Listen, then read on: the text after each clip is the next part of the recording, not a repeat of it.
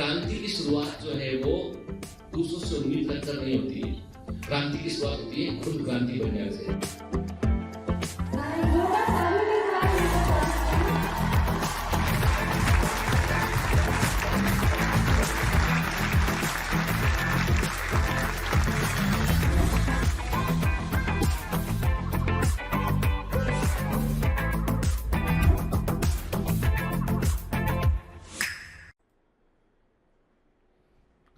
Hello commandos, welcome to Biomentors classes online. I am doctor Jitendra Singh और हम पढ़ रहे हैं बायोलॉजिकल क्लासिफिकेशन, जहां पर हम ऑलरेडी मोनेरा कवर कर चुके हैं। हमने प्रोटिस्टा को देखा, हमने जो है वो किंगडम फंजाई को भी देखा। तो मतलब अभी तक हमारे पास जो नॉलेज है वो है कि किंगडम फंजाई में क्या कैरेक्टर होते हैं, किस तरह की फंजाई होती है वो हम जानते हैं। हम जानते हैं कि प्रोटिस्टा किस तरह का किंगडम है, हम जानते हैं मोनेरा किस तरह का किंगडम है, और एनिमल किंगडम को भी हम ऑलरेडी कवर कर चुके हैं। तो मतलब ये है कि ओवरऑल हमने जो है वो 4 किंगडम पूरे देख लिए हैं, और 5वां किंगडम जो अलग से हम पढ़ेंगे, अलग चैप्टर में पढ़ेंगे, वो होगा प्लांट किंगडम।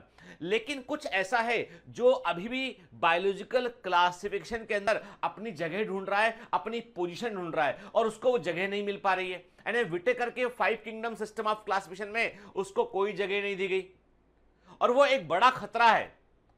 समझ रहे हैं मेरा इशारा किसकी ओर है? मेरा इशारा है वायरसेस की ओर। के वायरस चूंकि नॉन लिविंग और लिविंग के बीच की कड़ी होते हैं, वायरस के अंदर प्रोटोप्लाज्म नहीं होता है, वायरस के अंदर सेल के ऐसा कोई अरेंजमेंट नहीं होता है, वायरस के अंदर आपको जो है एक्सेप्ट न्यूक्लिक एसिड के अलावा आपको कोई भी लाइफ का सिम्टम, कोई भी मेटाबॉलिज्म, कोई भी मेटाबॉलिक पाथवे वायरस के अंदर देखने नहीं मिलती है।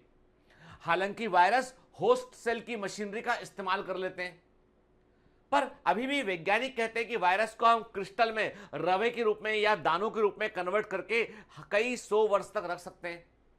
मतलब दे कैन बी क्रिस्टलाइज। कोई भी लिविंग ऑर्गेनिज्म क्रिस्टलाइज नहीं हो सकता है, पर वायरस हो सकते हैं। तो वायरस के कई सारे फीचर ऐसे हैं जो नॉन लिविंग के समान है, कुछ फीचर ऐसे हैं जो लिविंग के समान है। तो अभी भी एक बड़ा कंफ्यूजन है कि वायरस लिविंग है या नॉन लिविंग है। अभी हमारे पास जो बेस्ट पॉसिबल जो एक्सप्लेनेशन है वो यही है कि viruses are the connecting link between non living and living. Virus जो होते हैं आजीवित और जीवित के बीच की संयोजी कड़ी है। इसलिए 5 किंगडम सिस्टम ऑफ क्लासिफिकेशन में कोई जगह नहीं मिलती है। लेकिन जगह नहीं मिलने से ये इररिलेवेंट तो नहीं हो गया ना। ये जगह नहीं मिलने के बावजूद ये प्रकृति में अपना गहरा असर डालता है। तो वायरसेस के बारे में आज हम जानेंगे। ठीक है, तो चलिए लेकिन पहले आपको कुछ प्रश्नों के उत्तर देने पड़ेंगे। जो मैं आपसे क्वेश्चन करूंगा बेटा, आपको उनके उत्तर देने पड़ेंगे। तो क्वेश्चन नंबर 1, पहला क्वेश्चन तो ये आपको बताना है, ठीक है, आपको बताना है कि कॉमन इडिबल मशरूम का साइंटिफिक नेम क्या है।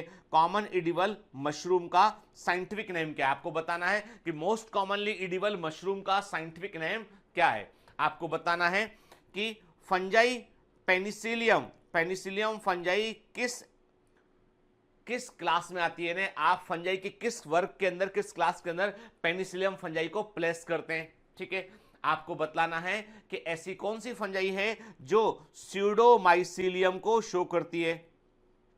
ठीक है, आपको बतलाना है ऐसी कौन सी फंजाई है जो स्यूडोमाइसीलियम को दर्शाती है। आपको बतलाना है कि कौन सी फंजाई हेट्रोथैलिज्म की फिनोमिना को दर्शाती है, और उसमें पहली बार हेट्रोथैलिज्म को देखा गया था। उस फंजाई का नाम बताइए जो फिजियोलॉजिकल हेट्रोथैलिज्म को दर्शाती है, और उसके अंदर पहली बार जो है वो हेट्रोथैलिज्म को देखा भी गया था। ठीक है, बेसिक क्वेश्चन है जो मैंने आपसे किए बेटा के। और इसके अलावा हम पिछली क्लास में फंजाई के बारे में काफी कुछ देखें। तो अब चलिए छोड़ते हैं फंजाई वाला कॉलम, क्योंकि मैंने आपको पहले भी कहा था कि आप उसके ऊपर डीपीपी सॉल्व कर लीजिएगा, एमसीक्यू लगा लीजिएगा बेटा, और जो परफॉर्मेंस शीट फंजाई से एसोसिएटेड उनको जरूर एक बार पढ़ लीजिएगा। क्योंकि हमने क्या किया है, हमने कवर पूरा किया है, लेकिन तब भी कई सारे ऐसे रैंडम क्वेश्चन है कि कौन सी डिजीज जो है फंजाई से होती है, किस फंजाई से कौन सा प्लांट डिजीज होता है। तो वो सब मैंने चार्ट आपको जो है परफॉर्मेंस इनहांसमेंट शीट में प्रोवाइड किया हुआ है, तो उसको एक बार आप देख लीजिएगा। ठीक है, चलिए अभी बात करेंगे बेटा हम वायरस, वायरॉइड, प्रियॉन्स और लाइकेन के ऊपर। तो आज हमारा फोकस रहेगा वायरसेस के ऊपर, फोकस रहेगा। देखिए, इन 5 kingdom classification of Whittaker there is no mention of lichens and some acellular organism like viruses, viroids and prion. के याद रखिएगा, वायरसेस हुए, प्रियॉन्स हुए, वायरॉइड्स हुए, ये कोशिका के समान या सेल के समान स्ट्रक्चर नहीं होते हैं, जबकि लाइकेन जो होते हैं, लाइकेन सेल के समान स्ट्रक्चर होते हैं। लाइकेन जो है वो फंजाई और एल्गी के सिम्बायोटिक एसोसिएशन से बने होते हैं। तो याद रखिएगा बेटा, लाइकेन जो होते हैं दे हैव सेलुलर स्ट्रक्चर। वहां पे फंगल सेल देखने मिलेगी आपको, वहां पे आपको एल्गल सेल देखने मिलेगी आपको, ठीक है। तो ध्यान रखिएगा इस बात करके, कंफ्यूज मत होना। लेकिन लाइकेन चूंकि वो एक ऐसा क्रिएचर है जो दो तरह के जीवों के मिलने से बना है कि एक उसमें फंजाई कंपोनेंट है, फंगल कंपोनेंट है, इसको माइकोबायोन्ट कहते हैं, एक एल्गल कंपोनेंट इसको हम फाइकोबायोन्ट कहते हैं। तो अब प्रॉब्लम ये है कि कहां रखें इसको। तो विटेकर ने जो है कुछ नहीं बोला इसके बारे में, उन्होंने लाइकेन को कहीं प्लेस ही नहीं किया। अब वायरसेस हुए, वायरॉइड्स हुए, प्रियॉन्स हुए, इनमें सेल के साथ स्ट्रक्चर ही नहीं होता, तो इनको भी प्लेस करने में परेशानी है, ठीक है। अब आप इस मैप को देख के कुछ अंदाजा लगा सकते हैं आप कि मैं किसके बारे में बात करने जा रहा हूं। देख रहे हैं आप कि आपको जो है चाइना का मैप दिखाई पड़ रहा है और वहां पे आपको एक सिटी दिखाई पड़ रही है, वुहान, ठीक है। और वुहान शहर जो है इसमें पूरी दुनिया में चर्चा में है, क्योंकि यहां पर एक खतरनाक इंफेक्शन फैल चुका है और ये इंफेक्शन है कोरोना वायरस का इंफेक्शन है। It's a very atypical pneumonia. क्या हुआ कि ऐसा कहा जाता है कि तकरीबन 31 दिसंबर 2019 में जो है वो जो वर्ल्ड हेल्थ ऑर्गेनाइजेशन WHO में जो है वो लगातार जो है वो ईमेल्स आ रहे हैं, लगातार फोन की घंटियां बज रही हैं, लगातार अधिकारियों को अलर्ट मिल रहा है कि चीन के वुहान शहर के अंदर एक ऐसा निमोनिया फैल चुका है जिसको डॉक्टर समझ नहीं पा रहे हैं और समय पर इलाज ना मिल पाने के कारण जो है कई बार लोगों को आईसीयू में एडमिट करना पड़ रहा है और मरने वाले लोगों की दर नॉर्मल निमोनिया की तुलना में कई गुना बढ़ गई है। सामान्य निमोनिया में भी पेशेंट मर सकता है, लेकिन यह है कि उसमें रेट कम होता है उसका। यहां पर जो है वो सिम्टम ऐसे हैं कि निमोनिया हो रहा है और किडनी फेलियर से भी पेशेंट मर रहा है।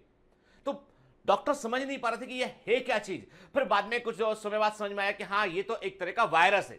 कौन सा वायरस है ये भी नहीं मालूम चल रहा था अभी तक, क्योंकि ऐसा वायरस पहले कभी देखा ही नहीं गया था। फिर मालूम चला कि अरे जब आगे रिसर्च किए गए तो मालूम चला उसमें, और ये सारे रिसर्च जो है कुछ ही दिन के अंदर किए गए, मालूम चला कि it is a corona virus के। तो इसको नाम दिया गया 2019 novel corona virus, 2019 novel corona virus कहा गया। शॉर्ट में इसको कहा गया एनकॉव। आप देखेंगे अखबारों में एनकॉव लिखा मिलेगा फुट के, तो एनकॉव शॉर्ट फॉर्म याद रखिएगा, कभी कभी एग्जाम में इतने कंटेम्प्रेरी क्वेश्चन पूछता है। एनकॉव क्या है बेटा? नोवल कोरोना वायरस के, और तो इसका पूरा नाम है 2019 नोवल कोरोना वायरस। ये डिस्कवर हुआ, ये सबसे खतरनाक वायरस में से एक है अब तक। अब इसके पहले भी वायरस आए, जैसे इबोला वायरस खतरनाक था, सार्स वायरस खतरनाक था, मर्स वायरस खतरनाक था, वेस्टर्न नाइल वायरस खतरनाक था। तो इसके पहले भी कई खतरनाक वायरस आए, लेकिन यह ऐसा वायरस आया जिसने इतना चुपचाप अटैक किया और इतना बड़े पैमाने पर कम दिन रहने। सोचिए अभी केवल और केवल के इस पूरी घटना को जो है कुछ ही सप्ताह गुजरा है और जो है वो सब तरफ दुनिया में खलबली मच गई है। एवरीबडी इज वरीड अबाउट कि ये कहीं फैल ना जाए, कि चाइना के सारे एयरपोर्ट ब्लॉक कर दिए गए, वहां से लोगों को बाहर निकलने की मनाही है और जहां से अपने यहां से चाइना जाने की मनाही है। और सबसे बड़ी बात है कि वुहान शहर पूरा का पूरा सील बंद कर दिया गया है, कोई भी व्यक्ति वहां से बाहर नहीं निकल सकता है। वहां पे लोग लगे हुए हैं क्योंकि उससे इन्फेक्शन फैलने का खतरा बढ़ जाएगा। इतना बड़ा खतरा। आप सोचिए कि जिस जीव को आपने, जिस एजेंट को, हम जीव नहीं बोलेंगे, जीव का मतलब होता था ऑर्गेनिज्म, मतलब ऑर्गेनल होना चाहिए, उसमें प्रोटोप्लाज्म होना चाहिए। हम इतना जानते हैं कि जिसको आपने 5 किंगडम सिस्टम ऑफ क्लासिफिकेशन में जगह नहीं देना, वो बदला ले रहा है। आर.एच. विटेकर, तुम हमको अवॉइड नहीं कर सकते हो। देखिए हम क्या कर सकते हैं, पूरी मनुष्य को मनुष्यता, ह्यूमनिटी जो है, ह्यूमन रेस खतरे में आ गई है एक झटके में। आपको बता दूं मैं, यदि आप मुझसे पूछते हैं कि दुनिया को सबसे बड़ा खतरा किससे, तो दुनिया को सबसे बड़ा खतरा जो है वो किसी न्यूक्लियर बॉम्ब से नहीं है। दुनिया को सबसे बड़ा खतरा किसी भी जो है वो उग्रवादी ग्रुप से नहीं है। दुनिया को सबसे बड़ा खतरा जो है वो किसी भी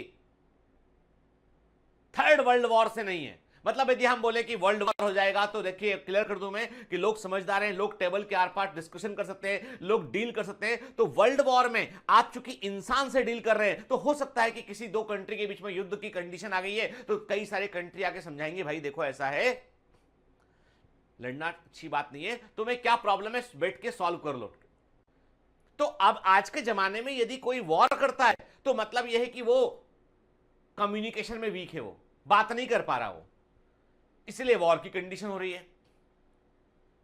तो होता क्या है कि जैसे आपको बता दूं मैं कि आज यदि हम बोलें कि मनुष्य को सबसे बड़ा खतरा न्यूक्लियर वेपन से, वॉर करने से, इससे नहीं है। मनुष्य को सबसे बड़ा खतरा उससे है जिससे आप वार्तालाप नहीं कर सकते हैं, जिससे आप कम्युनिकेट नहीं कर सकते हैं, जिसको आप समझा नहीं सकते हैं, वो है वायरस। वो जानते ही नहीं आप कौन है, उससे आपकी बात ही नहीं सुनना, ना वो सुन सकता है। आप समझ लीजिए, सबसे बड़ा खतरा यदि किसी ह्यूमन रेस को है तो वो वायरस है। और वैज्ञानिक कहते हैं कि जब ह्यूमन पॉपुलेशन और बढ़ेगी तो एक वक्त ऐसा आएगा जब पिरामिड जो है वो हमारी पॉपुलेशन कई गुना बढ़ चुकी होगी, तब जो है हमारा जो वर्ल्ड वॉर होगा, जो विश्व युद्ध होगा, वो किसी देश से नहीं होगा, किसी वेपन के थ्रू एक दूसरे के ऊपर नहीं होगा, वो वर्ल्ड वॉर होगा वायरस से। मैं कह रहा हूं आपसे कि जब भी लड़ना पड़ेगा युद्ध, हमको वायरस से ही लड़ना पड़ेगा और बड़े पैमाने पर ह्यूमन रेस को उसकी कीमत चुकानी पड़ेगी। और सबसे बड़ी बात है, लेकिन मनुष्य हमेशा जीतेगा। और ये मैं कह रहा हूं आपसे कि वो कोई भी कंडीशन हो, जीतेगा। और ये हॉलीवुड साइंस फिक्शन मूवी नहीं है, ये सच्चाई है। इसलिए विज्ञान WHO में ऐसे कई डॉक्टर हैं जो पूरे समय हाई अलर्ट पर रहते हैं। जो आपको पता है कई हजार करोड़ रुपए फूंक दिया गया है अभी केवल ये जानने के लिए कि कोरोना वायरस का वैक्सीन कैसे बन सकता है, कैसे निपट सकते हैं। दुनिया भर के टॉप साइंटिस्ट कोरोना वायरस के पीछे लग गए हैं और इसको वो मुंह तोड़ जवाब देंगे। लेकिन ये बड़ा बदमाश है, बहुत बदमाश है। अगली बार फिर आएगा, अलग तरीके से आएगा, के रंग बदल बदल के आता है। हर साल हम दशहरे पर रावण को मारते हैं, हर साल रावण जिंदा होता है, हर साल हम जो है वो दशहरा मनाते हैं। ऐसी हर साल जो है ये वायरस का एक ना एक अटैक आता है और हम हर साल लड़ते हैं उससे। इस चाहिए तो हम किसको जानने की कोशिश कर रहे हैं? हम इसको जानने की कोशिश कर रहे हैं। हम एक चैप्टर नहीं पढ़ रहे हैं 11th क्लास के NCERT का, कोई चैप्टर का हिस्सा पढ़ रहे हैं वास्तव। अरे हम एक खतरनाक एनिमी के बारे में जानने की कोशिश कर रहे हैं कि आप समझ सकते हैं कि आज जो है वो मतलब कोरोना वायरस का इतना है कि बॉम्बे के अंदर तमाम हॉस्पिटल्स हाई अलर्ट पे हैं। तमाम अस्पताल में सर्दी जुकाम जिनको मरीजों को हो रहा है और कुछ जिनको सर्दी जुकाम साथ में वीकनेस फील हो रही है, गला सूखना, कमजोरी का आना, चक्कर आना, ऐसे सिम्टम आ रहे हैं, वे सब अस्पताल दौड़ रहे हैं और वहां पर उनका चेकअप किया जा रहा है कोरोना वायरस के लिए। स्पेशली उन लोगों का जो बाहर से ट्रेवल करके बॉम्बे आए। And this is the corona virus के आप देख सकते हैं कि सूर्य के आसपास जैसे किरणें निकलती ना, वैसे इसमें आपको स्पाइक्स निकले हुए दिखाई पड़ते हैं। और this is the corona virus, ये है कोरोना वायरस। ठीक है, ओरिजिनल आप देखिए इलेक्ट्रॉन माइक्रोस्कोपिक पिक्चर जो वैज्ञानिकों ने प्राप्त किया और इन्होंने कहा कि इसमें हमको ऑरा के समान जैसे सूर्य के चारों तरफ जो किरणें निकलती है ना, उसे हम क्या बोलते हैं? उसे हम बोलते हैं कोरोना, उसे हम जो है वो कोरोना बोलते हैं, उसे हम कोरोना बोलते हैं। तो ऐसे कोरोना दिखाई पड़ता है इसलिए इसका नाम पड़ गया कोरोना वायरस। ठीक है, शॉर्ट में इसको बोलते हैं एनकॉव, नोवेल कोरोना वायरस। ठीक है, क्लियर? ठीक है, तो बेटा अब देखिए, अब हम इतना जानते हैं यहां पे कि ठीक है, हम इतना जानते हैं कि वायरस जो है वो कैसे अटैक। अब देखो आपको बता दूं, मैं अभी बिल्कुल भूल जाइए कि हम क्या पढ़ रहे हैं, हम अभी कहानी सुन रहे हैं कि वायरस के अटैक करने का सिस्टम क्या है। वायरस के पास खुद का कोई भी जो है वो मेटाबॉलिक पाथवे नहीं है। वायरस केवल और केवल वायरस क्या है? वायरस एक न्यूक्लिक एसिड और प्रोटीन से बना हुआ जो है वो एक पैकेट है। वो इट्स लाइक ए पैकेट। यानी वायरस क्या है? वायरस में जो है वो न्यूक्लिक एसिड, वायरस में न्यूक्लिक एसिड है और इसके चारों तरफ जो है वो प्रोटीन कोट प्रेजेंटेड के। मतलब आप समझिए जैसे एक बॉक्स होता है ना, बॉक्स के अंदर कोई चीज, कोई एक्सप्लोसिव रखा हुआ है, तो ऐसा बॉक्स है, बॉक्स के अंदर खतरनाक चीज रखी हुई वो है उसका न्यूक्लिक एसिड। वायरस का सबसे खतरनाक भाग जो इन्फेक्टिव पार्ट है वो उसका न्यूक्लिक एसिड होता है। और viruses are very very unique, they either have DNA और आरएनए, दोनों एक साथ वायरस में कभी नहीं मिलेगा आपको, या तो डीएनए होगा या आरएनए होगा। और क्लियर कर दूं मैं, सबसे खतरनाक वो वायरस है जिनके पास आरएनए है। इस कोरोना वायरस के पास भी आरएनए है, सार्स वायरस के पास भी आरएनए है। सार्स वायरस का फुल फॉर्म है severe acute respiratory syndrome virus के। MERS, Middle East respiratory syndrome virus, MERS, वो भी आरएनए वायरस है। इबोला वायरस आरएनए वायरस, मतलब जितने वायरस है। निफा वायरस बीच में केरल में इंफेक्शन फैला था निफा वायरस का 1 साल पहले, तो निफा वायरस जो है वो भी आरएनए वायरस है।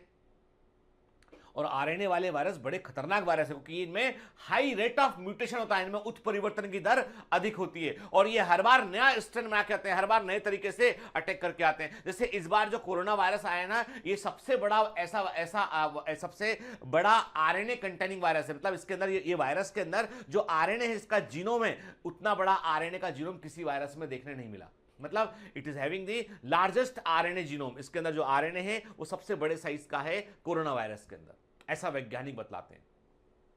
तो वायरस कैसे काम करता है? वायरस सबसे पहला काम करता है कि पैकेट खोलता है और अपना डेंजरस मटेरियल लिविंग सेल के अंदर इंटर करता है। Virus act like a terrorist की वो क्या करता है, इसे आपको पता होगा ना कि जब कभी आपने सुना होगा कि 9/11 का जो कांड हुआ था कि यूएसए के अंदर 9/11 में जब हम जो है हमला किया गया, उसमें मतलब 11 सितंबर को जब हमला हुआ उसके ऊपर, तो हम इतना जानते हैं कि उस समय क्या था। उस समय जो है वो यूएसए में जो उनके खुद के प्लेन थे, उन प्लेन को ही वेपन्स के रूप में इस्तेमाल किया गया, क्योंकि यूएसए में कोई मिसाइल को भेज देना, कोई बड़ा वेपन या एक्सप्लोसिव भेज देना, ये पॉसिबल नहीं है। इतना टाइट सिक्योरिटी चेक है। आपको क्लियर कर दूं मैं कि अमेरिका में इतना टाइट सिक्योरिटी चेक है कि जब मैं यूएसए गया तो क्या हुआ कि मेरे पास एक बैग था। उस बैग में जो है वो बड़ा सा बैग होता है, हम कैरी करते हैं जो सूटकेस जैसा बड़ा बैग उतार के, तो उस बैग में कपड़े रखे हुए थे। अब जब वो बैग जो है वो वहां पे जब मैं न्यूयॉर्क एयरपोर्ट पे लैंड किया तो मैंने अपना बैग लिया कि भाई मेरा बैग मुझे मिल जाए, तो लाइन में लगा हुआ था। इतने में सडनली जो है वो एक पुलिस ऑफिसर आई, उन्होंने आके बोला कि is this your bag? Yes, please come with us. मुझे ले गए। वो ले जाने के बाद उन्होंने मेरे को पूरा चेक किया और मुझसे पूछताछ की कि आप कौन है, कहां से आए हैं, क्या पर्पज है यूएसए आने का, आपके साथ में क्या फैमिली मेंबर भी? तो मेरे साथ मेरी फैमिली भी थी, वो भी सब लोग थे, तो उन्होंने उनको भी बुलाइए, फिर बात किया सबसे। उन्होंने मेरा फिर उन्होंने जो है वो पूरा पासपोर्ट्स में कहाँ कहाँ मैंने ट्रेवल किया वो भी देखा। मुझे समझ में नहीं आ रहा था कि ये अमेरिकन एयरपोर्ट पे इतनी पूछताछ मेरी क्यों हो रही है। देन मेरा बैग लेके आए, मुझसे बोलते हैं कि इस बैग में एक्सप्लोसिव है। आप समझ सकते हैं, मतलब मैं एकदम डर गया कि मैंने कहा यार ये तो कैसे पॉसिबल है। उनके पास एक इक्विपमेंट था, उन्होंने उसे देखा, उन्होंने कहा कि देखिए इसमें ये रेड बीप बजता है, इसका मतलब ये है कि इसमें बारूद है। I am surprise. मैं अपनी वाइफ से पूछा कि इसमें ऐसा क्या थे, उन्होंने कहा कि नहीं इसमें कुछ नहीं है। देन शी रिकॉल कि यार वो क्या हुआ था, दिवाली पर जो पटाखे होते हैं ना, पटाखे चलाते हैं अपन लोग, जो फायर क्रैकर्स, तो फायर क्रैकर में कुछ रॉकेट्स थे, जो बड़े रॉकेट होते हैं ना, तो वो बड़े बड़े होते हैं, तो बच्चे कहीं सा ना हो कि जो है उनका इस्तेमाल कर लें या चोट कर लें। तो उस रॉकेट्स को क्या है, चूंकि वो हमारे कॉलोनी में, चूंकि बॉम्बे के जो है वो भोपाल के, हाँ उस समय भोपाल में था, तो उस कॉलोनी में जो है वो चूंकि आसपास कई सारे घर भी थे, तो हम लोग जनरली, मैं मना करता हूँ रॉकेट चलाने के लिए, पर मेरा जो भी ड्राइवर को मैंने पटाखे लेने गया था वो रॉकेट भी ले आया। तो रॉकेट हमने उस डब्बा उसमें रखा, बाद में हमने उसको किसी को दे दिया, लेकिन वो जितने समय उसके अंदर था उसमें कुछ कुछ कण गिर गए होंगे उसके। देन जब मुझे मालूम चला तो मैंने फिर उनके ऑफिसर को समझाने की कोशिश की। मैंने कहा देखिए ऐसा है कि मैं एक डॉक्टर हूँ, गवर्नमेंट में यहाँ काम करता हूँ, ये हो, और ये जो है ये हमारे यहाँ फेस्टिवल होता है, उस फेस्टिवल में ये बेक में हमने फायर क्रैकर्स को रख दिया था, इसलिए ऐसा इसमें जो है वो बीप बज रहा है। उन्होंने बोला कि नहीं, we will not allow this bag to तो हमने कहा ठीक है सर, कोई प्रॉब्लम नहीं, के बैग कपड़ा जो चाहिए वो सब रख लो आप, है ना, कोई दिक्कत नहीं इनके। उन्होंने फाइनली कहा कि आप एक नया बैग एयरपोर्ट से खरीदिए, उसमें अपने कपड़े डालिए चेक कराने के बाद, और उसके बाद जो है फिर आप जा सकते हैं, और आपका नाम नंबर हमने यहाँ नोट कर लिया। पूरे यूएसए में जितना भी समय रहा टेंशन लगा रहता था कि भैया कभी बुलाने वाले कि तुम्हारे बैग में ये रखा। केवल बारूद के कुछ कण, पार्टिकल्स, उतने में पकड़ लिया, और पकड़ा क्या मालूम भी नहीं कि भैया उसके अंदर ऐसा कुछ था।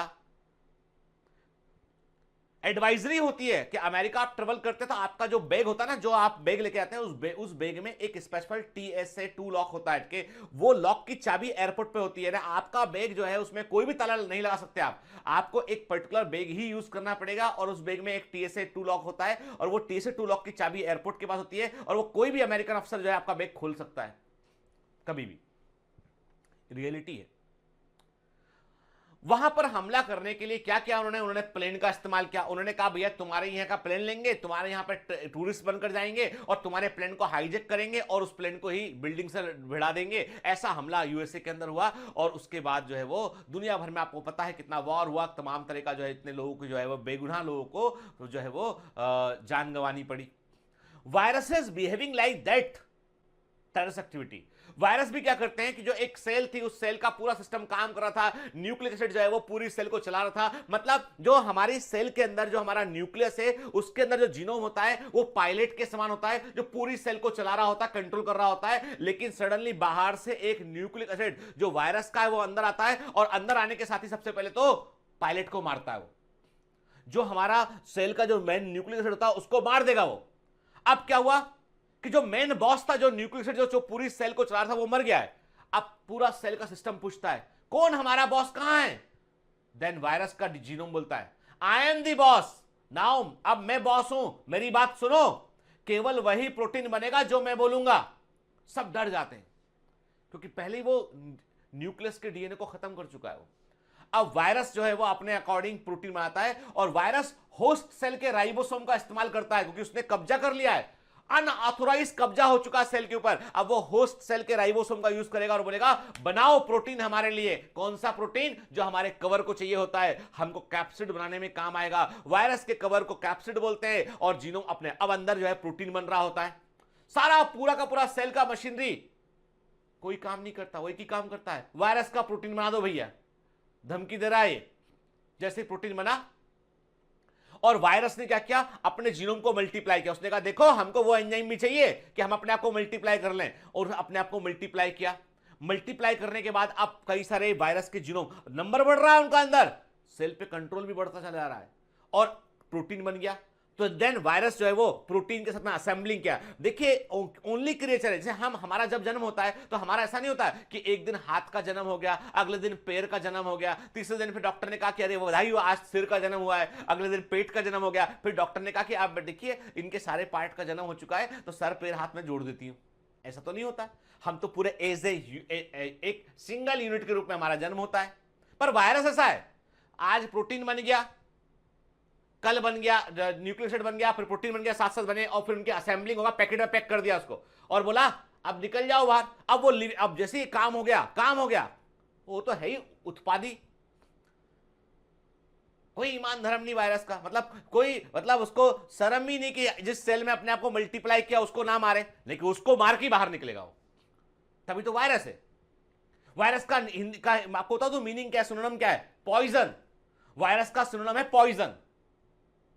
तो वायरस इतना खतरनाक है तो उसने क्या किया, अपने आप को मल्टीप्लाई किया, अपने आप को असेंबलिंग किया, और जिस सेल के अंदर किया उस सेल को उसने ब्लास्ट, उसको डिस्ट्रॉय किया और पूरे के पूरे जगह से बाहर निकलाया। जब वो बाहर निकला तो सेल मेम्ब्रेन के टुकड़े को चारों ओर लपेट लिया उसने, वायरस का इनवेलप बन गया। क्या बन गया?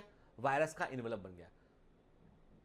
समझ में आई बात? ठीक है, तो इसका मतलब ये ऐसे वायरस जो है वो बाहर निकला और बाहर निकल के दूसरी सेल पर फिर अटैक किया उसने, और अपनी और लगातार ये काम कर रहा होता है। तो ये वायरस के इन्फेक्शन करने का तरीका होता है। देखिए आपके, अब ये जो मैंने आपको बताया ना, इसी को आप जरा देखिए कि जो है टेक्निकली हम बोलेंगे तो क्या बोलेंगे कि सबसे पहले एक वायरस की लाइफ साइकिल में वायरस ने जो है वो अपने आप को सेल मेम्ब्रेन से अटैच किया, और याद रखिए वायरस सेल मेम्ब्रेन से अटैच करता है और वो सेल मेम्ब्रेन में स्पेसिफिक रिसेप्टर ढूंढ लेता है। अच्छा अब एक बात बताओ, कोई चोर यदि घर में इंटर करता है तो वो कहां से इंटर करेगा? क्या वो दीवार फोड़ के अंदर आएगा, या दरवाजा तोड़ के अंदर आएगा, या कांच की खिड़की है उस कांच की खिड़की को हटा के बाहर जाएगा? आराम से ग्लास निकाला अंदर आ गए। कैसे करेगा? आप सोचिए ना कि आपके पास, मैंने आपसे कहा कि एक व्यक्ति है, आप एक सीन बता रहा हूं कि एक बड़ा घर है, घर में मोटी मोटी दीवारें हैं और कुछ जो है वो ऐसी खिड़कियां हैं जिन खिड़कियों में बड़ी बड़ी लोहे की ग्रिल लगी है, और एक तो खिड़की ऐसी है जिन खिड़की में बाद में जो है वो पतला सा कांच लगा हुआ है। तो क्या करेगा? वो कांच वाली खिड़की को फोड़ के अंदर जाएगा, वो दीवार नहीं फोड़ेगा, वो कोई दीवार नहीं फूट सकती उससे। वैसे ही वायरस क्या करते हैं, सेल की मेम्ब्रेन पर ऐसे कमजोर स्थान ढूंढते हैं जहां पर कोई ऐसा रिसेप्टर होता है जिस रिसेप्टर को ये से जुड़कर ये अपना इन्फेक्शन फैला सके। तो वायरस भी जो होते हैं वो इसीलिए वो अपने होस्ट सेल को पहचान सकते हैं, क्योंकि वायरस की सरफेस पे जो भी एंटीजन होते हैं वो जो भी मार्कर होते हैं, वायरस की सरफेस पे जो भी मार्कर होते हैं, स्पेसिफिक केमिकल कंपाउंड होते हैं, वो अपने रिसेप्टर को पहचानते हैं, इसलिए वो अपने होस्ट को पहचान कर उस पर अटैक कर सकते हैं। ठीक है, तो वायरस ने पहले अटैचमेंट किया, अटैचमेंट करने के बाद उसने क्या किया, अपना जीनोम उसने जो है वो कहां डाला, उसने सेल के अंदर डाल दिया उसने। तो वायरस का जीनोम अंदर आया, उसने अपने आप को मल्टीप्लाई किया और अपनी कई सारी कॉपीज बनाया, और साथ में वायरस ने क्या किया, उसने होस्ट के राइबोसोम पे कब्जा किया। और क्या किया बेटा कि अब देखिए सबसे पहले इसने क्या किया, अपना जीनोम अंदर डाला, जीनोम को मल्टीप्लाई किया, जीनोम से उसने आरएनए बनाया, उस आरएनए से उसने बोला कि चलो भाई जाके राइबोसोम के पास जाओ और हमारे लिए प्रोटीन बनवाओ। तो और वो वायरल आरएनए ने होस्ट राइबोसोम पे गया, प्रोटीन को बनाया, तो वायरल प्रोटीन बन गया। वायरल जीनोम ऑलरेडी मल्टीप्लाई था, फिर असेंबली ऑफ वायरस हुआ, असेंबली होने के बाद फिर सेल को फोड़कर वायरस बाहर आ गया। ये जो इमेज है इसका स्क्रीनशॉट ले लीजिएगा और हो सके तो बेटा कॉपी में एक बार बनाने की कोशिश कीजिएगा, इससे आपको वायरस का अटैक करने का सीक्वेंस, लाइफ साइकिल आपको याद हो जाएगा। ठीक है, क्लियर। और होता क्या है वायरस में, मैंने आपको कहा कि इसमें प्रोटीन कोट होगा, जो उसे हम क्या बोलेंगे, उसे हम कैप्सिड बोलेंगे। कि याद रखिएगा बेटा, प्रोटीन कैप्सिड बना होता है प्रोटीन से, ठीक है, और जीनोम बना होता है न्यूक्लिक एसिड से, या तो वो डीएनए होगा या फिर आरएनए होगा, इधर डीएनए और आरएनए के, या तो सिंगल स्ट्रैंडेड डीएनए होगा या डबल स्ट्रैंडेड डीएनए होगा, या सिंगल स्ट्रैंड आरएनए होगा या डबल स्ट्रैंड आरएनए होगा। ठीक है, कोई भी एक पॉसिबिलिटी है, मतलब 4 तरह के जीनोम पॉसिबल है, single strand DNA, double stranded DNA, single strand RNA और डबल स्ट्रैंड आरएनए के। और सबसे खतरनाक जो एनिमल वायरस है उनमें सिंगल स्ट्रैंड आरएनए देखने मिलता है हमको। ठीक है, कैप्सिड प्रोटीन से बना होता है, और कैप्सिड को बनाने वाली प्रोटीन की इकाइयों को हम बोलते हैं कैप्सोमियर बोलते हैं। तो कैप्सोमियर वे इकाइयां होती हैं जिसके मिलने पर कैप्सिड बनता है, और ये एक प्रोटीन से बना होता है। और वायरस का जो इन्वेलप होता है वो लाइपोप्रोटीन से बना होता है। जैसे मैंने कहा ना, ये इन्वेलप आया कहां से, ये होस्ट सेल की सेल मेम्ब्रेन को फोड़ के बाहर निकला ना। जब होस्ट सेल को छोड़ के बाहर निकला तो इसने मेम्ब्रेन को चारों ओर लपेट लिया आपने, है ना। ये मेम्ब्रेन को तोड़ के बाद जब ये होस्ट सेल को फोड़ के बाहर निकल रहा था तो इसने चारों ओर अपने मेम्ब्रेन को लपेट लिया इसने। ठीक है, तो ये बन गया, इसका इन्वेलप बन गया, लाइपोप्रोटीन से बना होता है। और इस इन्वेलप के ऊपर कुछ उभार दिखाई पड़ते हैं, इन्हें हम क्या बोलते हैं, इन्हें हम स्पाइक्स बोलते हैं, स्पाइक्स बोलते हैं, या पेप्लोमर बोलते हैं, इनको हम स्पाइक्स बोलते हैं या पेप्लोमर बोलते हैं। ये बने होते हैं ग्लाइकोप्रोटीन से, ये ग्लाइकोप्रोटीन से बने होते हैं। अब आप बिल्कुल इसको कोरिलेट कर सकते हैं कि जैसे सेल मेम्ब्रेन में जो उभार होते हैं बाहर, सेल मेम्ब्रेन में जो नेमटेक होते हैं वो भी ग्लाइकोप्रोटीन से बने होते हैं। तो ये सेल मेम्ब्रेन ही है, तो उसका ग्लाइकोप्रोटीन यहां पे इसके लिए स्पाइक के समान काम करता है। ठीक है, क्लियर। सबसे खतरनाक, अब तक दुनिया में सबसे खतरनाक जो डेडलीस्ट वायरस देखे गए हैं उनमें 8 का नाम सबसे फेमस है, और इसमें नंबर 1 पे इबोला से ऊपर अब आ चुका है कि ये, चूंकि ये जो इंफॉर्मेशन है थोड़ा पुराना है, ठीक है, साइंटिफिक सोसाइटी का इंफॉर्मेशन है, तो अब नंबर 1 पे आ चुका है इसमें एनकॉब। एनकॉब मतलब नोवेल कोरोना वायरस। नंबर 2 पर इबोला वायरस है, देन मार्बर्ग वायरस है, hanta virus, Lassa virus, rabies virus, small pox virus, dengue virus and influenza virus. ये सबसे डेडलीस्ट वायरस है, इनसे सबसे अधिक मनुष्यों की मृत्यु होने की संभावना होती है, सबसे अधिक व्यक्ति की डेथ होने की संभावना होती है। ठीक है, चलिए अब वापस एनसीईआरटी पर लौटते हैं। इतनी लंबी कहानी सुनी हमने, अब एनसीईआरटी पर लौट के आना जरूरी है। All of us who have suffered the ill effect of common cold, हम सबको कभी ना कभी जुकाम हुआ होता है, जिसको हम कॉमनली फ्लू कहते हैं, okay? knows what effect viruses can have on us even if we do not associate it with our condition। देखिए सिंपल सी बात है, हम सबको वायरल फीवर कई बार हो जाता है मौसम बदलने पे, जुकाम हो जाता है कई बार मुड़ के, और आपने कभी गौर किया होगा, मैं आपको कह रहा हूं, बता रहा हूं, मैं तो डॉक्टर हूं, मैं अपने क्लिनिकल एक्सपीरियंस से कह रहा हूं कि एक जमाना था, आज के 5-7 साल पहले की बात कर रहा हूं, किसी को यदि वायरल फीवर होता था तो हम लोग बोलते थे कि सिंपल पैरासिटामोल का इस्तेमाल कीजिए, बुखार कम करने की दवा लीजिए, खूब पानी पीजिए, हेल्दी खाइए और आराम कीजिए, है ना।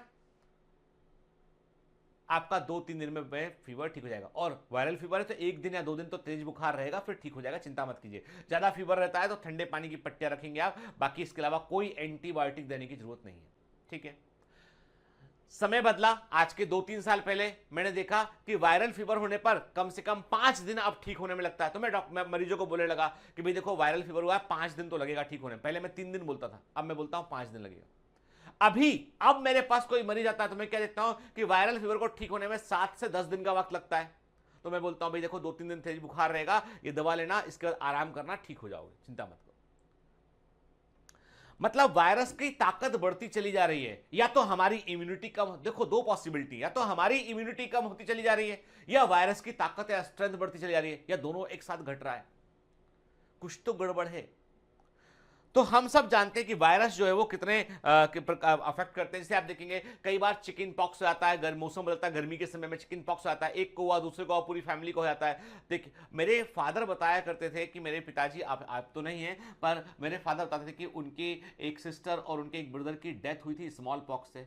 तो मैंने पूछा कि आप, चूंकि हम लोग तो जब जिस जो है जिस ईयर में हम लोगों का जन्म हुआ उस समय तक स्मॉल पॉक्स पे जो है वो को इरेडिकेट कर दिया गया था, ठीक है। अब मेरे पिताजी बताते कि स्मॉल पॉक्स से ये कंडीशन थी कि वो छोटे थे जब तक, तकरीबन 8-10 साल के रहेंगे, तो उनका कहना था कि गांव में एक व्यक्ति को जला के आते थे, दूसरे की डेथ हो जाया करती थी।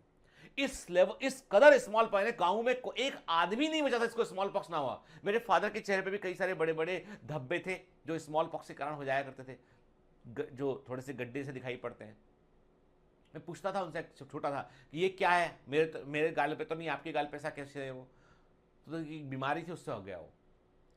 फिर बीमारी के बारे में जानने की कोशिश किया तो बताया करते थे। तो मेरे चाचा जी, मेरे ताऊ जी, सबके चेहरे पे क्यों गांव में, वो गांव के अंदर कोई ऐसा आदमी नहीं मिलेगा उस उम्र का जो मेरे फादर के एज ग्रुप के आसपास का हो जिसके चेहरे पे वो धब्बे ना हो। एक आदमी नहीं मिलेगा, एक आदमी। जितने बचे हैं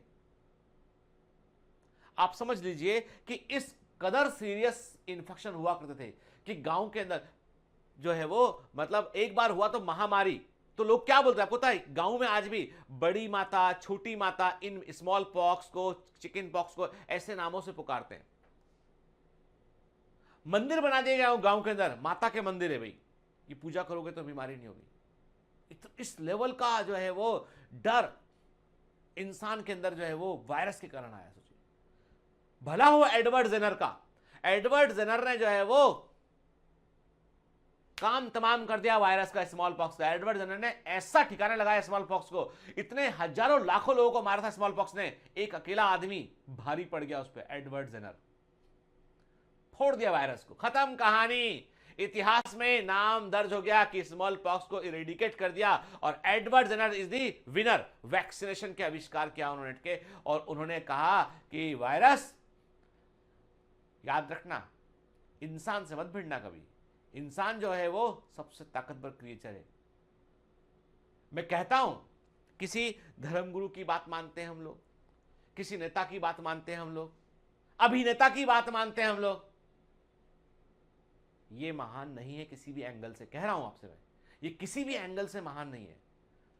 मुझको पूछेंगे कि आपको यदि पूजा करने का मौका मिले किसको पूजोगे, मैं बोलूंगा भैया लुईस पाश्चर, एडवर्ड जेनर,